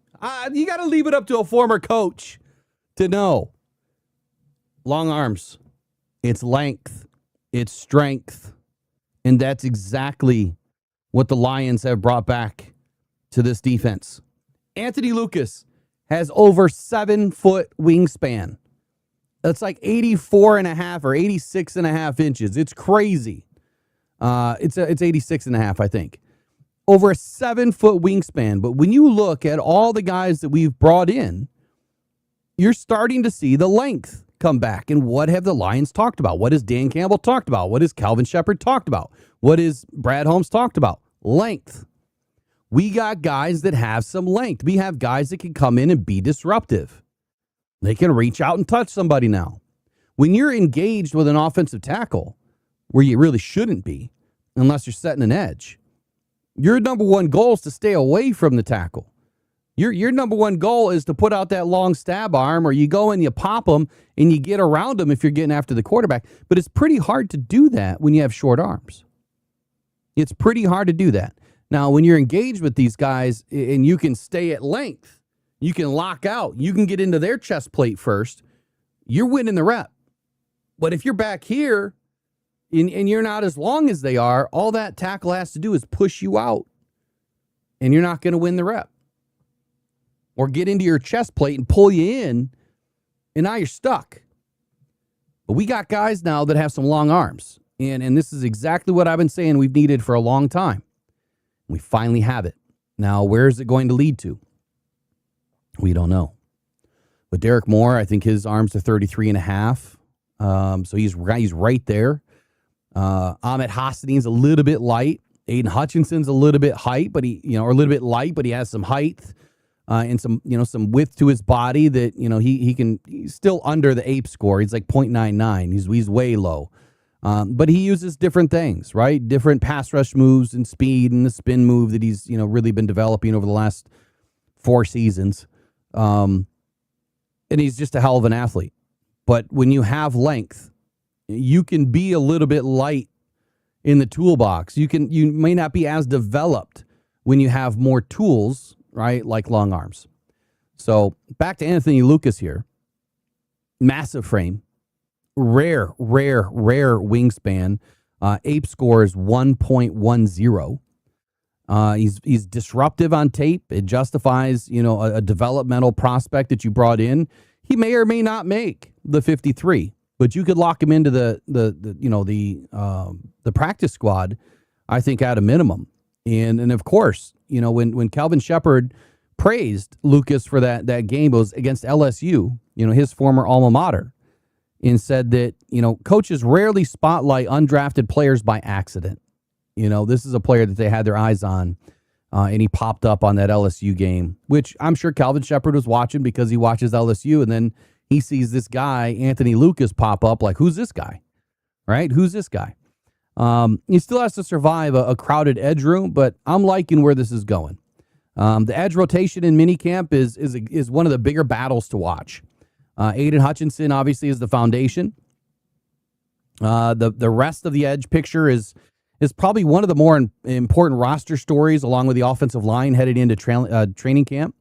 Into Allen Park here this summer. But DJ Wanham, he makes a lot of sense as the early favorite on the other side of Aiden because of his experience and the free agent, investment. And then Derek Moore, I think he brings that second wave. He's not going to be a starter, I don't think, right away. I think he's going to be the third or fourth in rotation. But he brings that upside, that power, natural Lions fit. And then you got Peyton Turner, which a former first-round pick. I think if he can stay healthy and put his game together this year, he'll be in that second wave. If you got Peyton Turner and Derek Moore together, I probably wouldn't like that as much. I'd probably want to have those guys opposite on rotation. So if you have Aiden Hutchinson and Derek Moore at one point, or Aiden Hutchinson and Peyton Turner at one point, or even DJ Wanham and the other two, I think that it'd be better to kind of pair those guys up. But we may see, if Peyton Turner turns it on this year, that he'll be able to, fit one side as the primary end, and then whoever, is on the other side will be just fine. But then Ahmed Hassanin, Anthony Lucas, even Tyler Lacey is getting some play at the end position. And then all the others, they're all just fighting for jobs inside this rotation this year. One other thing that I mentioned early in the springtime, and that was 3 defensive end looks. And had we had an opportunity to go to more of a nickel defense and put 3 defensive ends on the field, maybe someone was listening to that show. But the Lions did it yesterday. And they put 3 defensive ends on the line. And one, I think one nose tackle. I think it was Aleem McNeil. So that's interesting development to see that, maybe we go to a 3-3-5. And you have another defensive end, playing linebacker, and you got 4 defensive ends, and that's speed, right? That's more than NASCAR, right? That's a speed line. You're looking at bringing in a line that can get through the cracks and the crevices of that offensive line to get to the quarterback. So you're going to lose some size, but you're gaining a lot of speed. And who knows? Maybe that'll be an all-out blitz, a zero blitz look, where you're bringing in defensive ends and your faster linebackers and your faster DBs to go zero blitz. It could be fun to watch. We'll see where it goes. I don't have a lot of information yet because I haven't been there. Let me get into the news that I got back from my source here. And then we'll talk about run defense.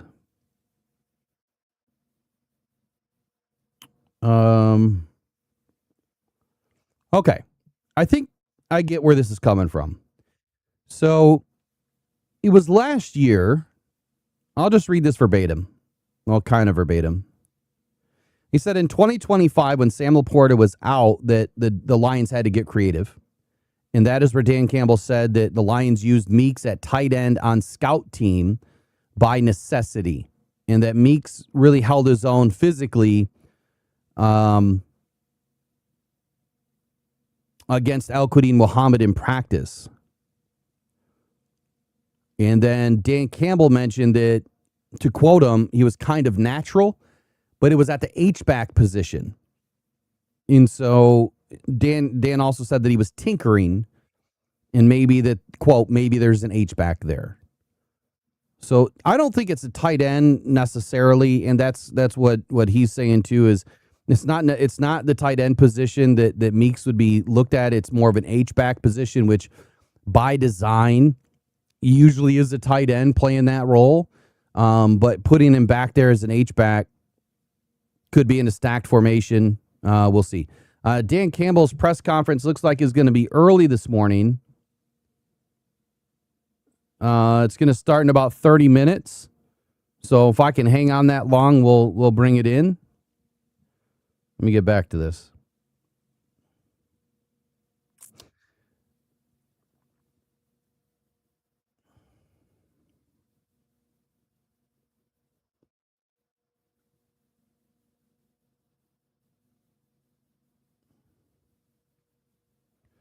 And it looks like there's a couple of knuckleheads that we're talking about Meeks as well, or at least one knucklehead, saying that Meeks was observed during spring workouts at the tight end position during positional drills. And again, that's out of necessity because they don't have Sam Laporta. They didn't have Sam Laporta at practice. So most likely Meeks is going to be that another wide receiver X opportunity for the Lions. We'll see where it develops. I mean, he's 6'2", 220, 215. So he's got that bigger body. He's a little bit short, I would think, for a tight end. I typically like to see the tight ends in that 6'3", 6'4", 6'5 range, but he can catch the football, and he's got a bigger body. I mean, Isaac Tesla is also, 6'2 and a half, 6'3", and 215 last year, so he's not far behind. Jackson Meeks is just a little bit squatty. Bigger legs. Bigger ass. He's bigger trunk. From the hips down, he's a little bit squatty, right? So we'll see where it goes. I'm not against it, but I don't necessarily see it. I wouldn't call him a tight end yet. I would just call him a big body wide receiver fighting for a role, I guess is what I would say.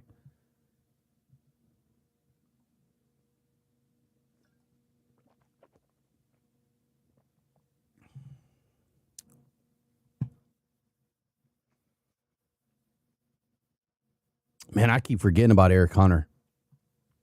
I really like that dude, too. I really like that dude. Is Tesla 6'4"? Maybe 6'4".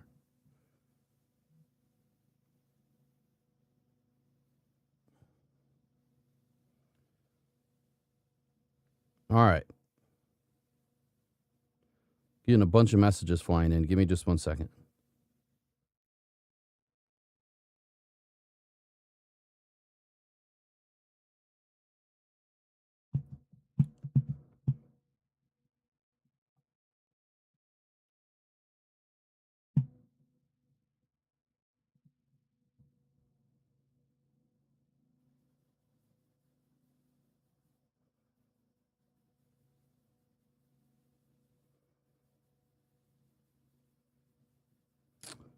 Holy cow. Tons of messages. All right. Now let's get to, Robbie had a statement. So, Robbie, you mentioned zone defense is worse against the run game versus man defense. So if you want to explain why, I guess let me know why. And then what I'm going to do is I'm going to look at, the top defenses from last year and where were they as far as what type of defense? Did they run more zone, run more man? And how were they against the run? So let me break it down. Jacksonville Jaguars, they only allowed 1,455 yards, 85.6 yards per game. It looks like they were number one against the run. They run a 4-3 multiple, and they were zone heavy. So the defense is described as multiple, really, with 4-3 and 3-4 elements, which is where exactly the Lions are going this year, more of a 4-3 multiple. But the coverage leaned heavily towards zone concepts, cover 3, cover 4, and cover 6. And they were number one against the run. Broncos, number 2, and they run a 3-4 hybrid 5-man front. They 5-man front, obviously, with the multiple linebackers and three linemen. They do a match zone, which disguises their defense. So man match zone. And it looks like man, but it's more pressure up front with matchup principles behind it, zone inside, match outside. Exactly where I see the Lions going. I think that they're going to take the best parts of what the Broncos and the Carolina Panthers do with their schemes. You heard it here first. And then how about the Seattle Seahawks? They were number 3 against the run. They're also a multiple 4-down nickel team. So they're a little bit more balanced between man and zone. But McDonald's defense really lives in nickel. And they use a low blitz rate. They create pressure with stunts. And look, they graded out really great or really high in both man and zone. So there's 3 in the top of the the defenses last year that run a lot of man. And it's 4-3 multiple, or it's 4-3 hybrid, or it's 3-4 with a lot of nickel. Texans were number 4. They run a 4-3 wide 9 scheme, and they are also zone heavy. It's a DeMeco Ryan structure. It's built around attacking with a 4-man front, low blitz rate again, which I think is the key, and then a lot of cover 3 and cover 4, clearly zone. Bucks, they were number 5 against the run. They run a 3-4 multiple pressure front. They run a high pressure zone with man mixed in, a little bit of man inside a little bit of zone. I say that all the time. Todd Bowles obviously runs that 3-4 background, or the 3-4 defense. He has big background in it. Builds it around disguise, pressure, blitz looks, and zone pressure concepts with man coverage mixed into pressure packages. And then you have the Patriots. They were number 6. So 2 teams in the Super Bowl. They run an even front, but a 4-2-5. So traditional nickel in a 4-3 scheme, but 4-2-5. They run multiple man-friendly under Mike Vrabel and Terrell Williams last year. Their projected identity really leaned towards a 4-down front, but 1 gap run fits, which is different from the Lions, is that we run gap and a half, which could change this year. And they run a lot of creeper pressures, cover 3 and cover 1 robber man concepts, which the Lions run that too. So top 6 teams using a lot of zone. Colts, they were number 7, and they run a 4-3, 4-2-5. They are a little bit more mixed. They run a little bit more man than they used to under Lou Anarumo. He brought a little bit more disguise and aggression than the old Gus Bradley system, including more cover 1 robber man looks, which, again, the Lions do run that. They also use a lot of zone structure. Number 8, the Chargers. They run a 3-4 nickel dime hybrid, and they are zone heavy. That was Jesse Minter's defense last year, and they used a lot of zone on a very high percentage of snaps, played a lot of split safety coverage. They rushed 4 and blitzed at one of the NFL's lowest rates of the season. Number 9, the Chiefs. They run a 4-3 base, multiple sub front. They also run a man match, very similar to probably the Broncos. I would say probably it's very similar to the Broncos, but they're not running a 3-4. But they run multiple sub fronts. And this was Steve Spagnuolo's defense, leaned on very versatile defensive backs, which the Lions have.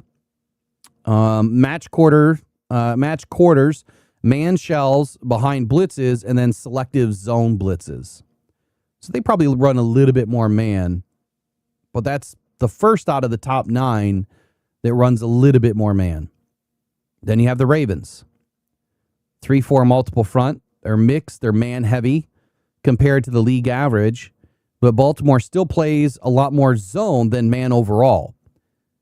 Next Gen Stats had the Ravens among the higher man coverage teams with spot drop, match zone, and nickel pressure concepts. So if you could paint 2 teams that were a little bit more man than zone, it would have been number 9 and number 10, the Chiefs and the Ravens. So I think it really depends how you're running man, how you're running zone, because both can produce a great run defense. It just really, I think it rests on what you're doing up front, how you're rotating your safeties, what kind of disguise you're putting up. And then, for some teams, are you running? God dang it, I just got another message. Are you running?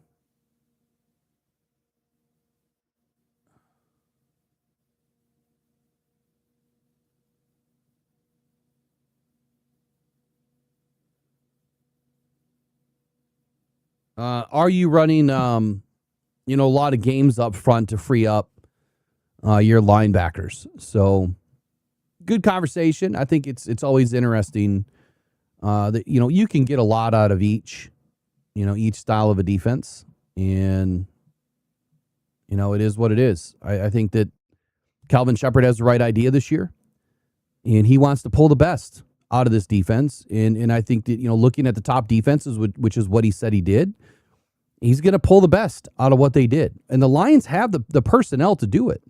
They could run a 3-4 if they wanted to. Now, we don't have that. And we do, but we don't. We don't have that big nose guy, right? That big nose. Now, you could put Tyleek Williams in there. I guess it depends on how much weight you wanted him to put on. I figured they'd probably have him drop a little bit of weight this year so that he could be a little bit more nimble to get after the passer, which is definitely in his game. But I think we could run both, and you're probably going to see multiple this year. I think this defense is making a change for good, and I think they're going to have a lot of success with it. When you bring in the kind of guys that you did this season, I mean, really, sky's the limit. There is so much length and different body types, and the way that these guys can get after the football with their speed, because that's what the Lions did. They added length, but they also added speed. And to me, that tells me zone. Tells me a lot more zone when you're bringing in speed.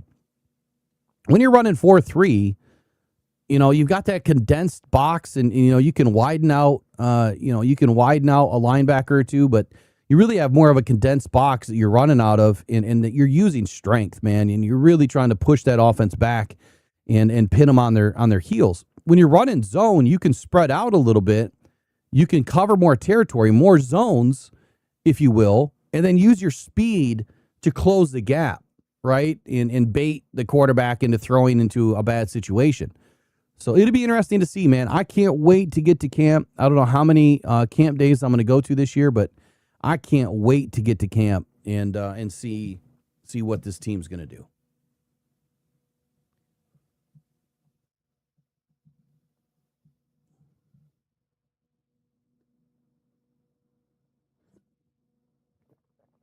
Let's see here.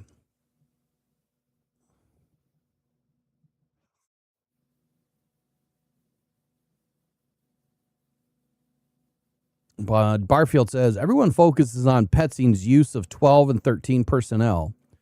We have the opportunity, though, to go in the opposite direction with bigger, faster wide receivers in 10 or 11, forcing the defense to match up with 5 to 6 DBs.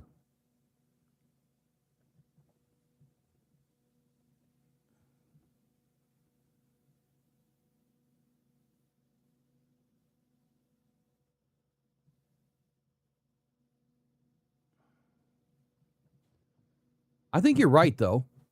I think that we do focus a lot on 12 and 13 because that's what he's known for, is the big jumbo sets and the 13 personnel with more tight ends. But I think you're right. We can run a lot 11 like we always have, and be just as successful with no running backs on the field. Let me get Dan Campbell pulled up here. Take a brief break. When I get back, we'll have Dan Campbell on the mic.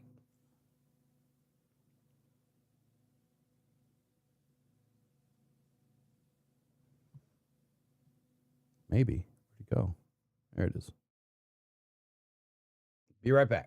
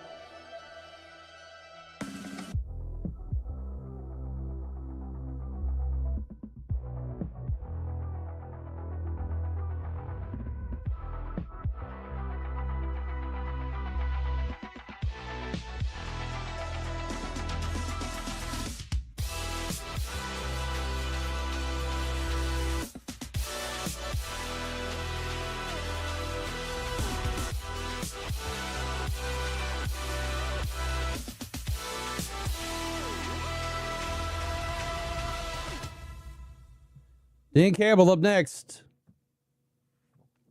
Should be popping off here. Oh, they just backed it up to 10:45.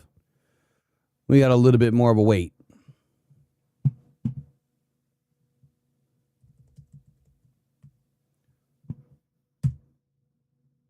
All right, let's fill some time.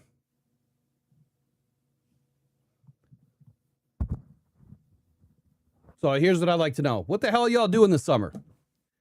What are you guys' plans? You going anywhere fun? We know that Trace is off and around in the Outer Banks right now, having some fun. Wish I was down there. What plans do you guys have? Outside of really just trying to get this house ready and well, get it sold, we're going to be moving and then building a new home, which may or may not break ground this year. We're still undecided, you know, how quickly it is going to be before we can break ground. But, you know, the biggest goal is getting it done right and making sure that we have all the elements in place to manage, you know, our businesses and then the podcast, which Megan called me out the other day because I put a message out there, you know, that we were getting close on closing this land deal, which, by the way, didn't really work out. There were some things wrong with the land that I found out last minute, and I decided, yeah, not going to work out. But we found some more land. So I put a message out there that all I really care about is the podcast studio. And so she says, well, if that's all you care about, then that means I get the rest of the house, right? And I said, well, isn't it that way anyway? Like, what am I going to get? You know, it's all you. You could do everything. I just get one room. It's all I care about is just two rooms, the workshop and then the podcast. So we're looking at bringing in some new things so I can make some products to help with a lot of things that I want to do for this channel. Like I want to have like 8 3D printers kind of running nonstop so that I can print these chains that I'm going to make.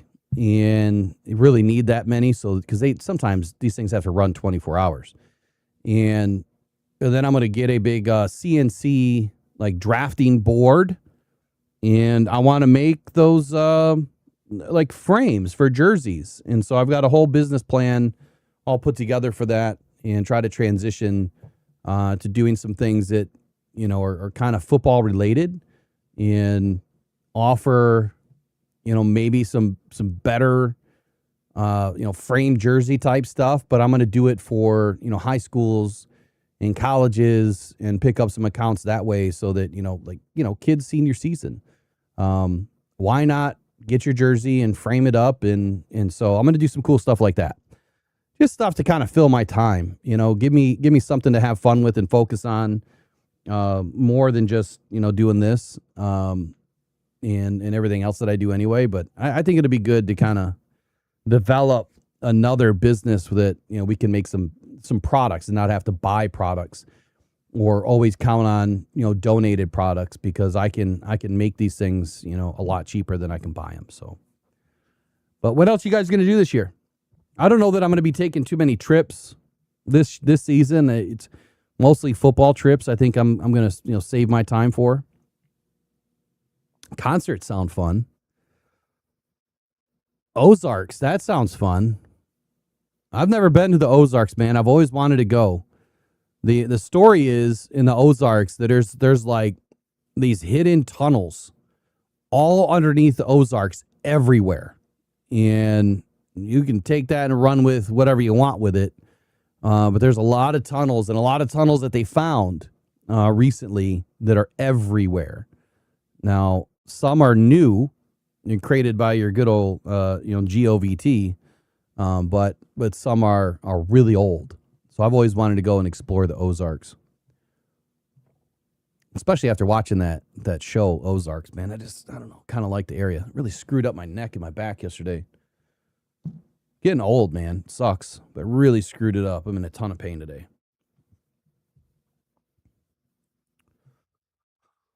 There you go. Nice deck to relax in the back. Yeah, I'm redoing the deck right now. Doing a lot of different stuff. Remodeling a bathroom. There you go. Building a shed. Wife's going to run the Badger 100 miler? Holy smokes, Joe. That's crazy. Absolutely, Lady Lion. That is the truth. Concert in GR. We might go to a couple of concerts. There's some good concert venues.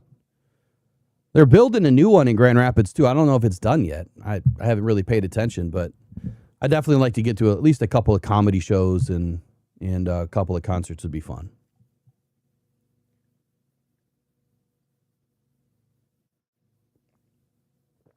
Dude, 100 miler. How long does it take? How long does it take to run 100 miles? That's got to take forever. I mean, there's no way you're running at a 7-minute clip, right?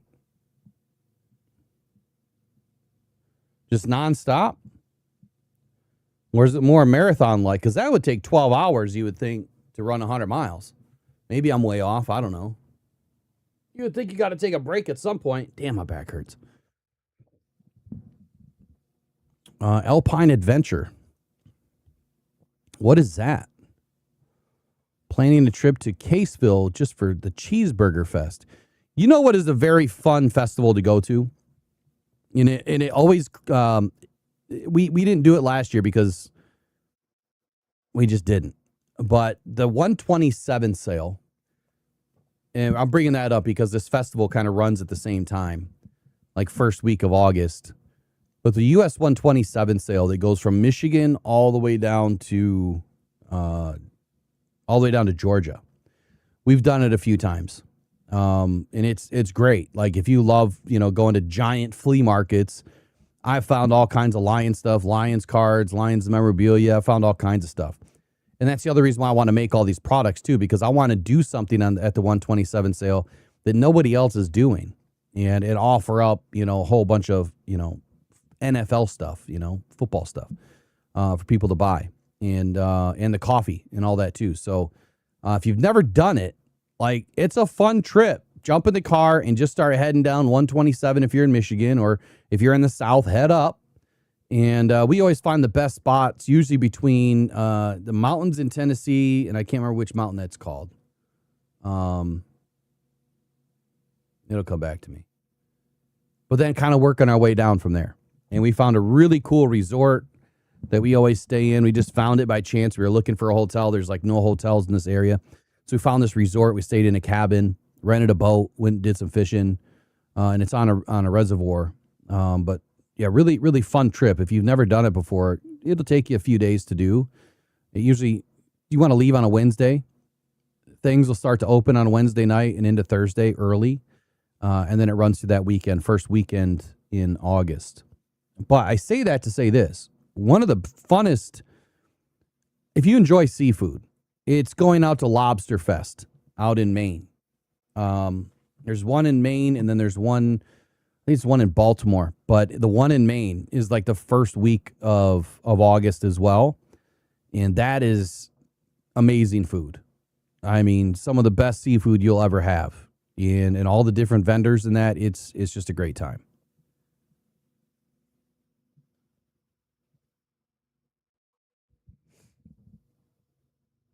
Oh my God, my neck is killing me. I got to get some ice.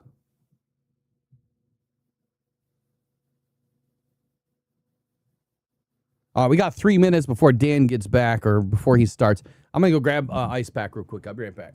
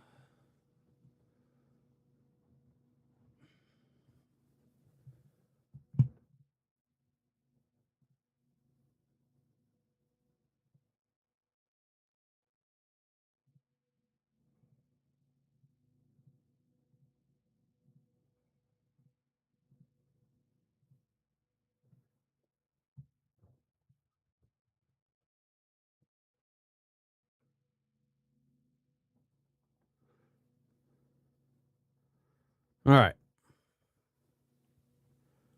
Come on, Dan, hurry up.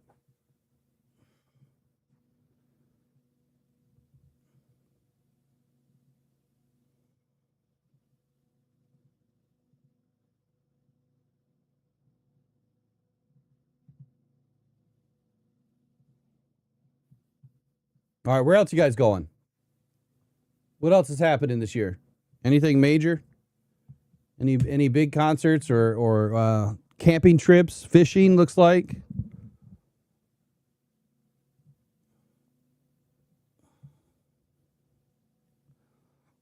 Halifax, Nova Scotia. There you go, man. I bet you there's some good stuff out there too.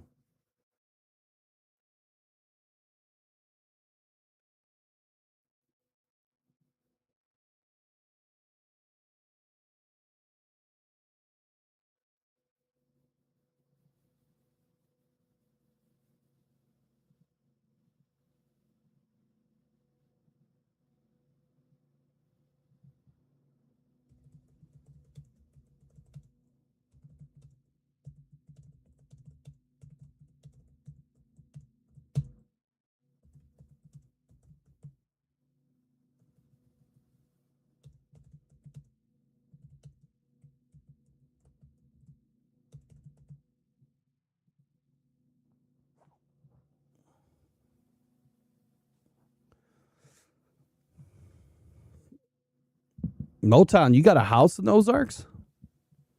Like a rentable house? There you go, Kurt. Kurt wins the day. He says he's going to watch us all summer. There you go. I don't know how often I'm going to be here.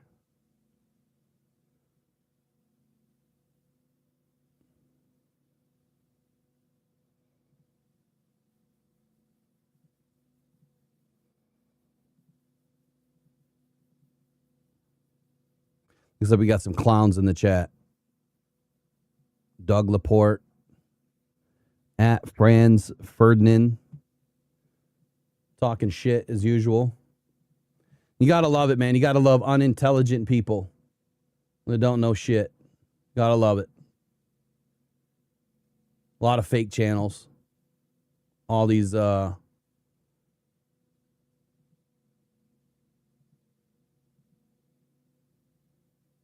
ghost channels, you know what I mean?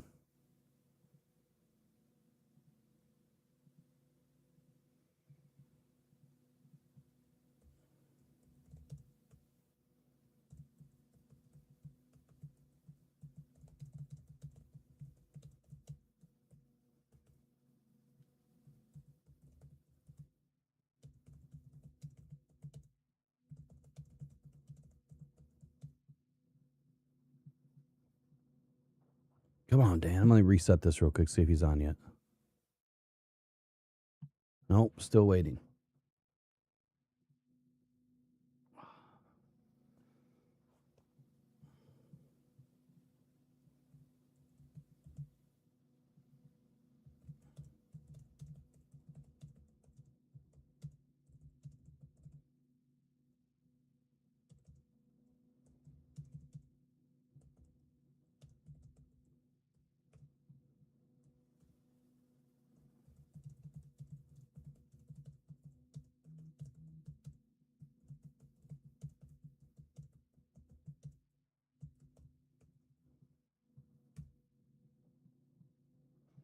All right, there we go. Here we go.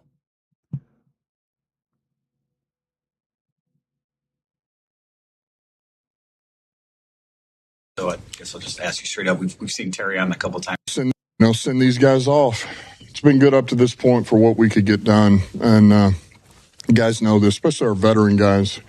You know, they're not required to be here. I mean, I know the vet minicamp, technically you are, but they've been here all spring, and we got the right guys. We always have. We're fortunate, and it means something to them, you know, whether they like it or not, or what it is this time of year. And if they're going to be out there, they're going to give you what they got. So always appreciate that. That's what we're built off of.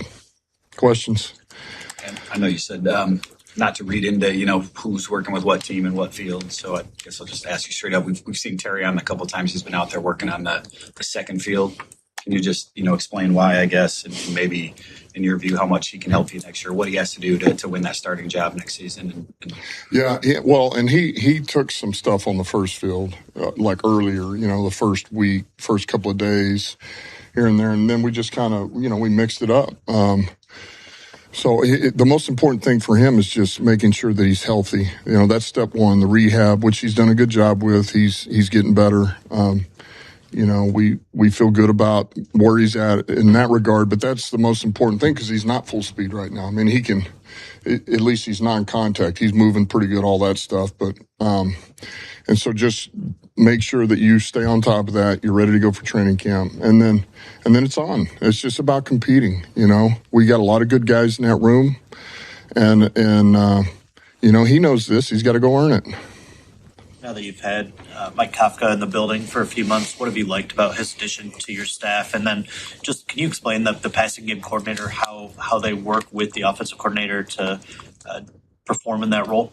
Well, I think there's a lot. First of all, he's been a great addition for us. He's, sometimes when I know what that is. When you go from where he's been, you were the interim head coach, and then you're kind of sliding back to a role, with a new team. There requires, you got to humble yourself again a little bit. And that's a good thing. Like for me, it was easy because I came right back under Sean Payton, who I have tremendous amount of respect for and knew that he could fill in those things for me that I needed help with. But he's been unbelievable, man. He's a thinker. He listens. He's going to do exactly what Drew wants done, what I want done. He's good with the players. And then a lot of it, he's just finding his way too, right? You're kind of the new guy, so you're trying to get a feel of the other coaches around you, which is grown and developed. He fits right in. And then with the players too, with golf. But I think in regards to that, because he and David Shaw are both kind of in that, think a lot of advanced scouting, division opponents, what's coming next down the road, 2-3 weeks, and then, man, give us your ideas. It's not so much, okay, this is what we're good at, but how do we dress this up? How do we maximize the things we do well, and it gives us some leverage, or it gives us a matchup we want. That's what a lot of that is, and because the coordinator doesn't have all the time in the world to do that, so he needs those ideas, and then he can pull from them. He'll have his own thoughts. So it's critical, man. It's critical. I do think he's creative. I think David Shaw's creative too. So that's where those two guys really help out. But he's been a really good addition at this point. You're obviously going to play to your personnel strengths, Dan, but in New York, Kafka really unlocked the deep ball there. It's been a piece of the offense I think you've been looking to explore more. How much was that part of the thought process with the addition, is just the success that they had with the deep passing game in New York last year? Well, I think a lot of that comes with, certainly I think everybody would love the deep ball. If you feel like you got a one-on-one and you get really good at it, you want to feel like you can maximize those opportunities. I wouldn't say that was part of the niche. Like, hey man, they throw deep balls well, but he's got a grasp. He's been around some good coaches and he's been around some good quarterbacks too. We have an excellent quarterback that can make every throw in the book. Now is that something we'd love to get better at? Yeah, because that opens up your offense. And with the emergence of JMO and then Tesla, big, long targets, that's always going to help. But it's time on task. It's real work. It's, you got to do it with pads on. You got to, because there's more to it. You got to get a release at receivers. Got to be a good ball, give him a chance, and he's got to make a play. Obviously, it's just pad. It's not pads. You won't know. But is there anybody that throughout this whole process has stuck out, said, man, he's better than I thought he was going to be? Bates has done a hell of a job, and Fox. I like where those guys are at, to this point. I feel big improvement, and it's hard. It's hard to really answer. There's a number of guys that you just, particularly the young guys, you just want to see, like, knowing what it is, that there's a step in their growth. There's a little more maturity. There's a little more urgency. And I have felt that from some of our young guys that we're going to have to count on, or we need to count on. Now, those guys also know they're competing too. Nothing's a shoe-in, but I like where a number of those guys have gone. In particular, our second-year players, third-year players. I do feel some growth in that regard, and this time of year, that's all you can ask for. You said at the beginning of OTAs that I'll come to you next. Okay. You said at the beginning of OTAs that you wanted a little bit of a more no nonsense, getting back to business approach. Do you feel you worked toward that? You're starting to move toward that, and what was your, favorite takeaway, from the spring? I do, and what I'd say, there's a number of things that come up when you're back out there on the grass. There is there's a little bit of, okay, hey, we're kind of starting over in some areas. Let's go back to, but where I did not want to let things slip, or, the false starts, the offside, the discipline penalty, illegal formation. And so we hit that from day one, and we don't care if it's, here we go, man, we're 6 weeks from training camp, 7 weeks from training camp. We're however many weeks from the first game of the season.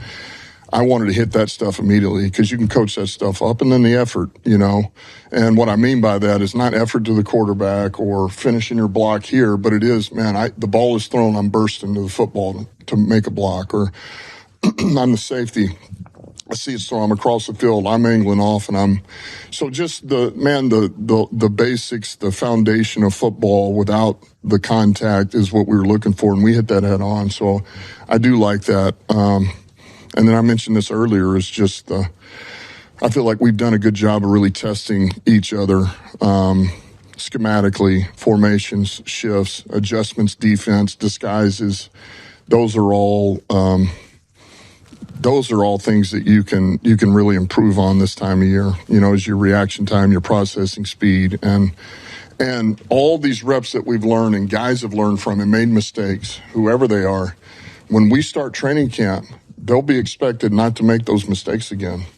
What you already went through it, or a teammate did. This should not come up again. That's what we're looking for.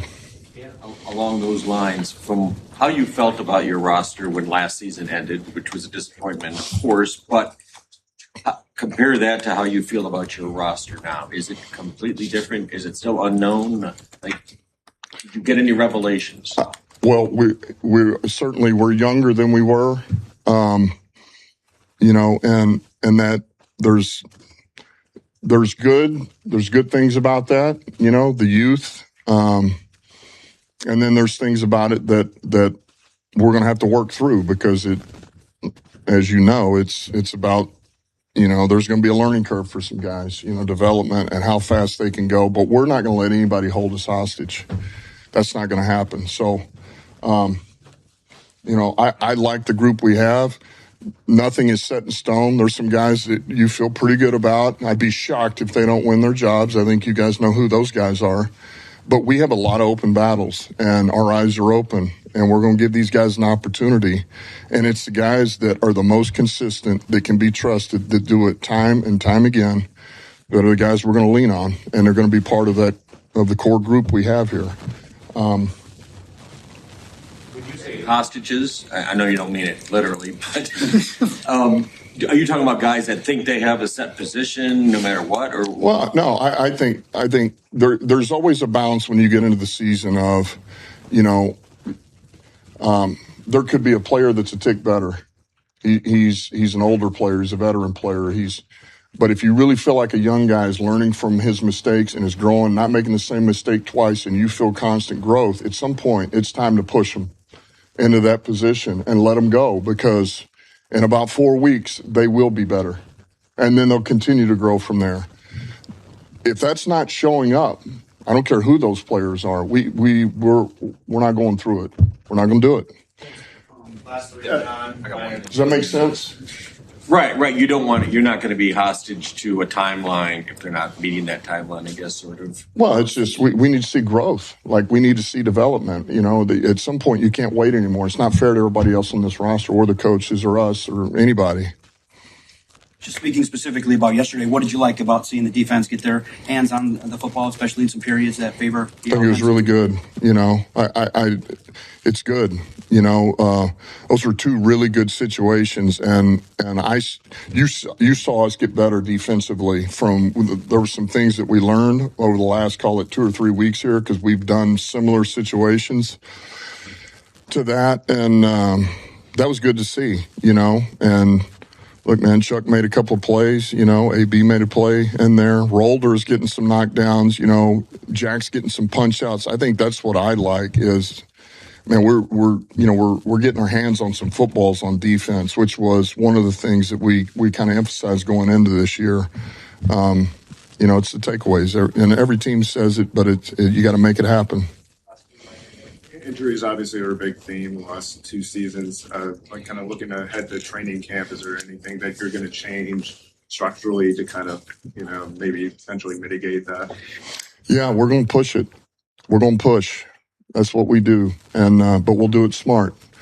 You know, we got to get these guys ready for a season. There's a chance we play some of these guys in the preseason without the joint practices. You know, and so, you know, I'm going to do what I think is best to prepare these guys for 17 weeks, you know, but also understand that, man, we got to be smart about it, and we can't break them in training camp. And so the approach will stay the same, you know, it will. And you got to get ready, and you can't let fear of injury scare you away from what you believe in. Yep. Big picture, you come off last year, wasn't good enough. You sit down, you make a plan, you change your coaching staff, you change your roster, which you just talked about, understanding its potential, understanding the work has to be put in. Just your excitement level about the state of the organization right now as you kind of come to the close of this offseason. Yeah, I'm excited. I am. I feel really good about where we're at right now, knowing what we're getting into 6 weeks from now. I feel really good. I feel great about the staff, and I feel like we have the right type of players that we're going to need to rely on. And the surrounding spots, positions, area, man, we've got some really good competition. I mean, some of the best we've had since I've been here in different areas. That's exciting. That's because there is no greater motivator than the guy who's pushing you. You know, he's trying to get what you think is yours. There's nothing better. There's a supplemental draft coming up. We haven't had that since you've been a coach. I think since you've been here. Do you have any idea if you guys would be interested at all? You know, in using a future pick, and you guys did have the gambling suspensions a couple of years ago. How would that impact the evaluation of a player? All I could tell you is that we look at everything. Brad looks at everything, and so nothing is off the docket. So our eyes are open. Doesn't mean we will make a move or we won't. Who did I miss? Yes, sir. David Shaw mentioned yesterday that you guys have kind of trimmed down the offense at this time last year just to home in on the things that you do well and maybe not overload guys too early. Can you explain what went into that decision from your perspective, maybe Drew's as well? Well, I think a lot of it is, man, what are the things you really feel like that you can hang your hat on, you're going to want to hang on it? We already know our guys do well. We're not going to go away from those. So let's trim it down a little bit in that regard. But then it's kind of what I mentioned. We're doing a lot of the same things, but man, there's so much different. It's same girl, different skirt. You know what I mean? So it's the shifts, it's the motions, it's the turbos, it's the stacks, it's the stack inverted, and so the presentation for the defense is different. You make them have to talk, you make them have to communicate, to adjust on the run, you know, and so it's just enough sometimes. That's where you got to be disciplined on defense, right? You're trying to stress those guys. And so that's what the uptick has been. Okay, the playbook is kind of reduced to right now, but we've done a lot more bells and whistles with it, which is good. Thanks, Dan. Thanks, Dan. Thanks, good summer.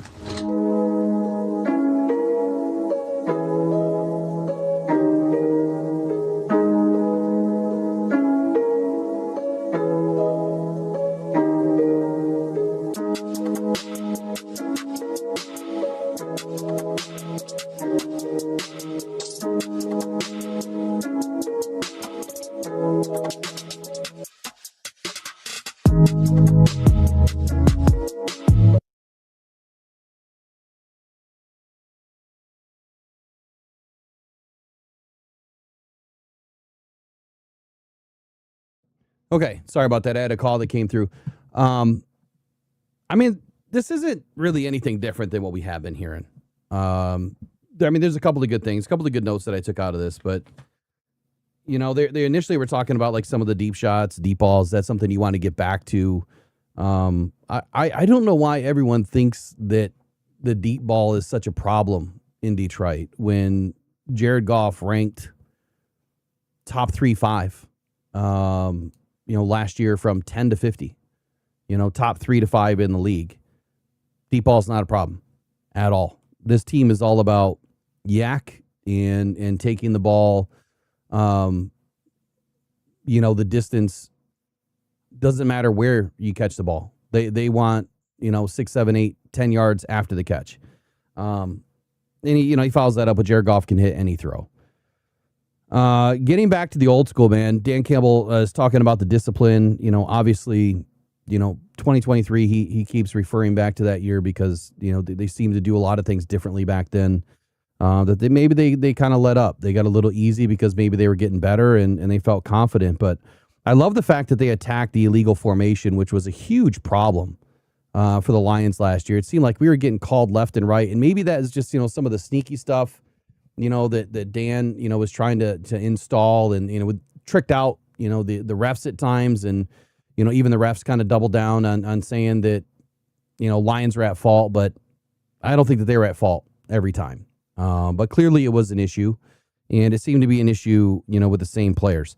But getting that installed early and getting back to the basics, like that's the Dan Campbell way. Like, we had a problem last year. We're going to fix it right now, and we're going to fix it early, and then we're going to harp on it every single practice, and we're going to run it 2 or 3 times every single practice until nobody ever makes a mistake again. Asked about roster comparisons, and immediately he points to the youth, getting younger. We've heard Dan say that getting younger wasn't a prerequisite, but getting younger is a prerequisite. You always want to get younger and better. There's going to be some things that some guys are going to have to work on, and that's the drawback, is you're going to have some youth, and with that, comes a learning curve and mistakes. And, he talks about development and not waiting for anyone. Look, if you're not ready, you're not playing. If you're not, up to snuff on the playbook, you're not playing. We're going to put the guys in that are going to play, and that they're going to play to a high level, and they're not going to make mistakes. So I think that kind of gives you the springboard for what this training camp is going to look like this year.